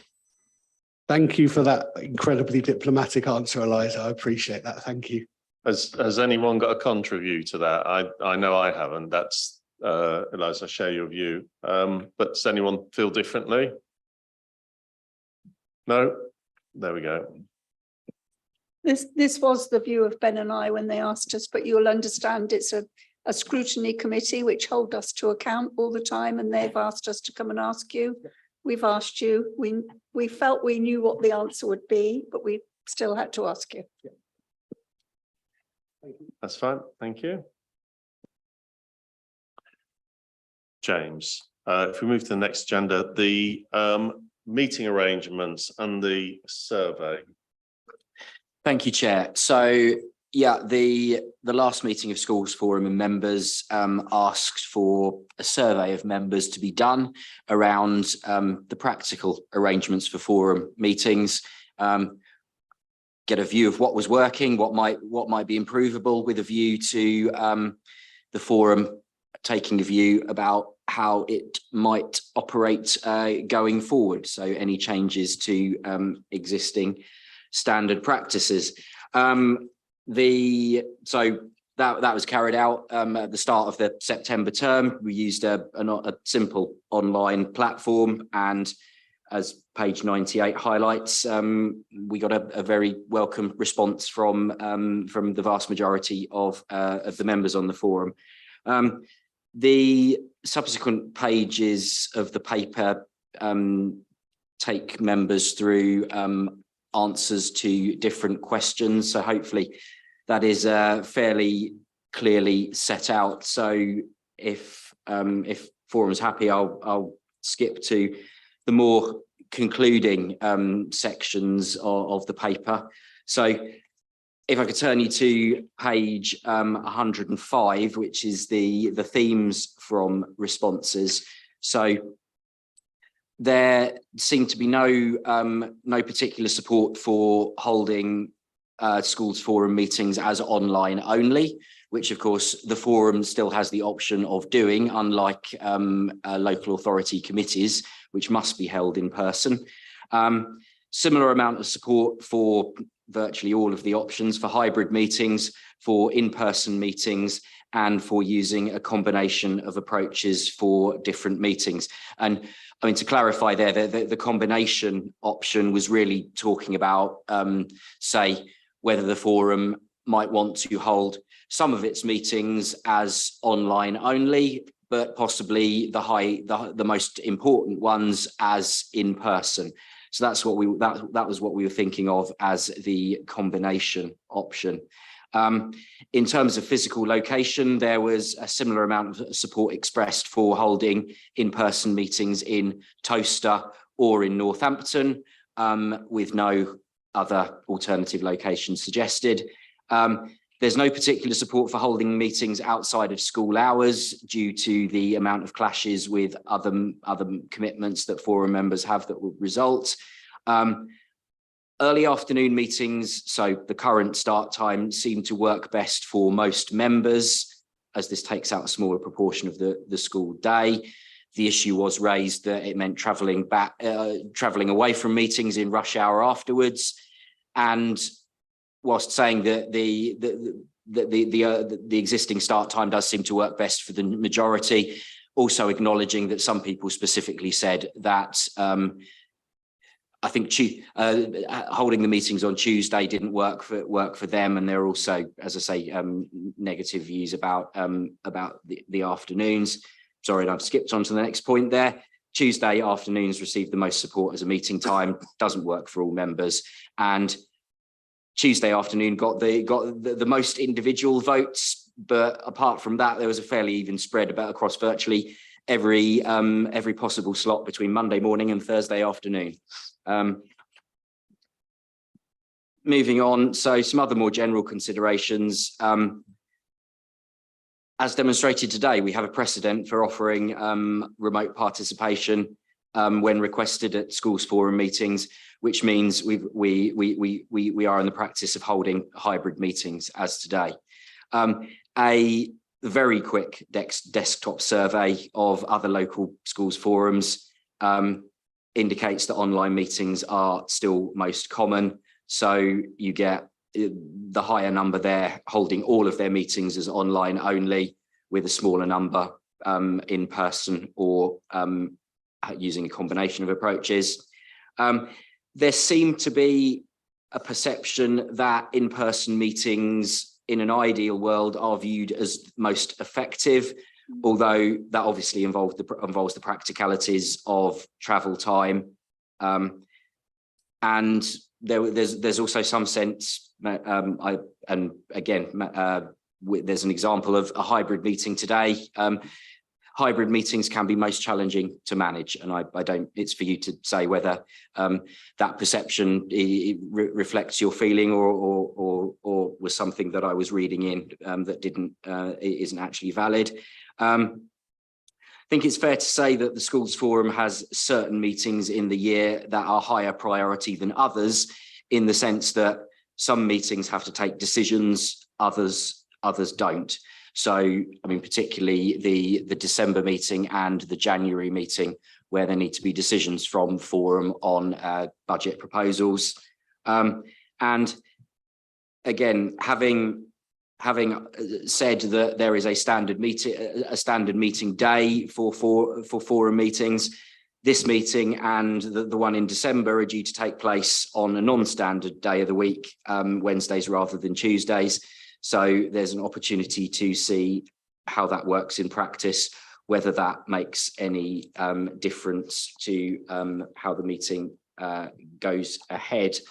And then the last page, page 107, is really kind of where I cop out as an officer, which is saying, over to you, Forum. So school, the ask today is really for Schools Forum to use the results from the survey and anything else that members want to put on the table to consider and reach a resolution around future meeting formats from the options available to you, any changes to the venue for in-person meetings, and the suggestion there of maybe rotating between the Forum and the Guildhall in Northampton, any changes to the standard meeting day and or start time, and looking beyond that, any other actions that might be taken to support the effectiveness of Schools Forum meetings. So I've gone quickly there, Chair, through the outcomes of the survey. I'm happy to take any questions though on those, or indeed on any other issue, any points on the topic that the Forum wants to raise. Thank you. Thanks very much, James, on that. Looking at the responses, they are mixed. There's no definite, we'd like to do this or that.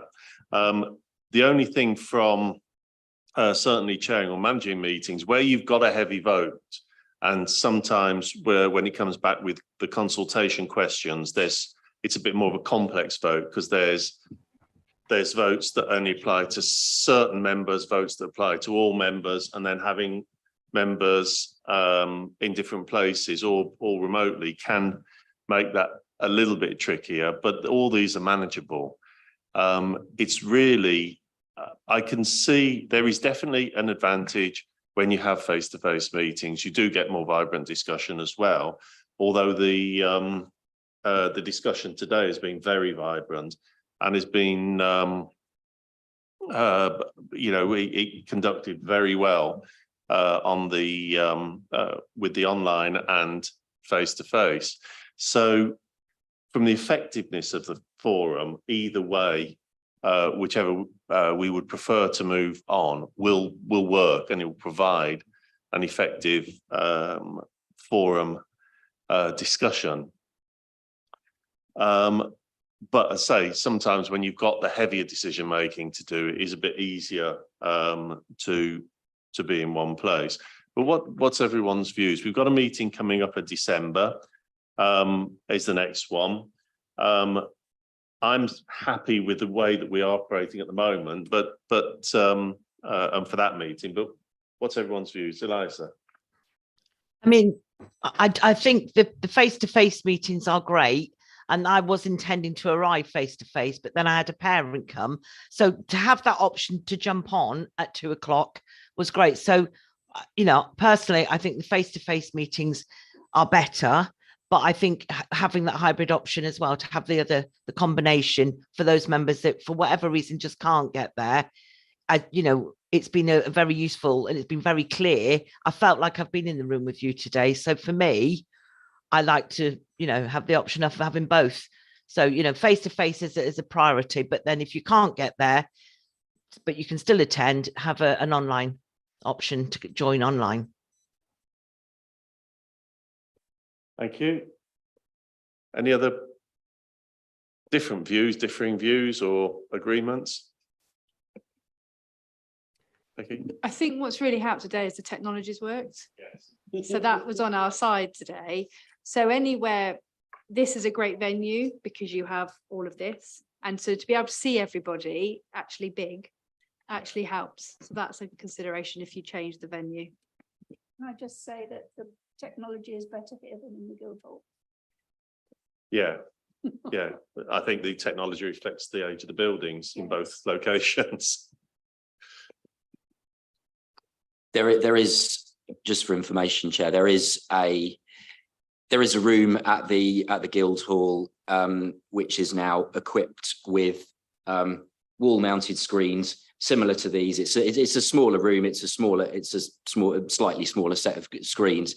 So any move to hold a hybrid meeting at the Guildhall, we would be looking to use that room, and it would end up being a broadly similar arrangement, whilst reflecting that the room's slightly scaled down compared to this. I mean, as you say, the Guildhall is an old venue, but the council's relatively recently had the technology in a particular room there improved for precisely this kind of need.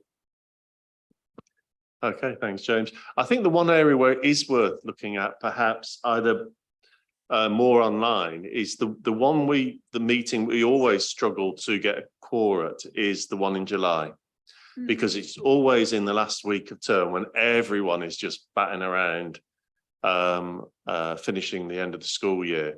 So that might be one that actually would benefit from being online. But so are we happy then if we continue in the way that we are for now, for the December meeting and the next couple of meetings, and then if we feel that we want to change locations, that we look at it after that and just keep the options open for us. Can I just check that there's a February meeting, because you referred to a January meeting, James, but we don't generally. It's February. Yeah, if I meant the one at the start of the calendar year. Yeah, so we'd only do January if the December settlement provided some real surprises that we'd have to remodel and do an emergency meeting in January. I don't know where January came from. Yeah. Does that, Lee, is there anything you'd like to add? I know you're at the far extreme to coming down into Toaster at from the east, but the option, I guess, for dialing in if you can't get here works quite well, and the technology hopefully has worked well for you today. Yeah, it has. Thanks, Paul. Yeah, I think the option needs to be there. I think in the way we all work with the day jobs, I think it has to be. But I'm similar to Eliza here. Really, I'm more than happy to come down. It's not that far. It's not that big of a problem. It just today was in the run up to it. So I think this works for me entirely. And thanks everyone for their sort of flexibility around it. Okay. Is there any more comments on that, or are we happy to move on? So sorry, just for clarity, Chair, it sounds as if we're keeping the existing standard day, the existing standard start time as far as possible, in person preferred, but with a hybrid option, and all meetings to remain here rather than rotating. Yes, for now. Yeah. Okay. Just with the July one being more online. July to be yeah. Thanks. Okay. So the last agenda item, any urgent business, I haven't been advised of. Sorry, Chair. Oh, forward plan, sorry, yeah. I mean, it's essentially as set out. I do need to ask the forum if they're happy to change the date of the February 2024 meeting. It was originally down as 6th of February. We can't get this meeting room. It's been booked out. And as you said, you don't want to change venues. So what I wanted to ask is if we could change 6th of February to 14th of February.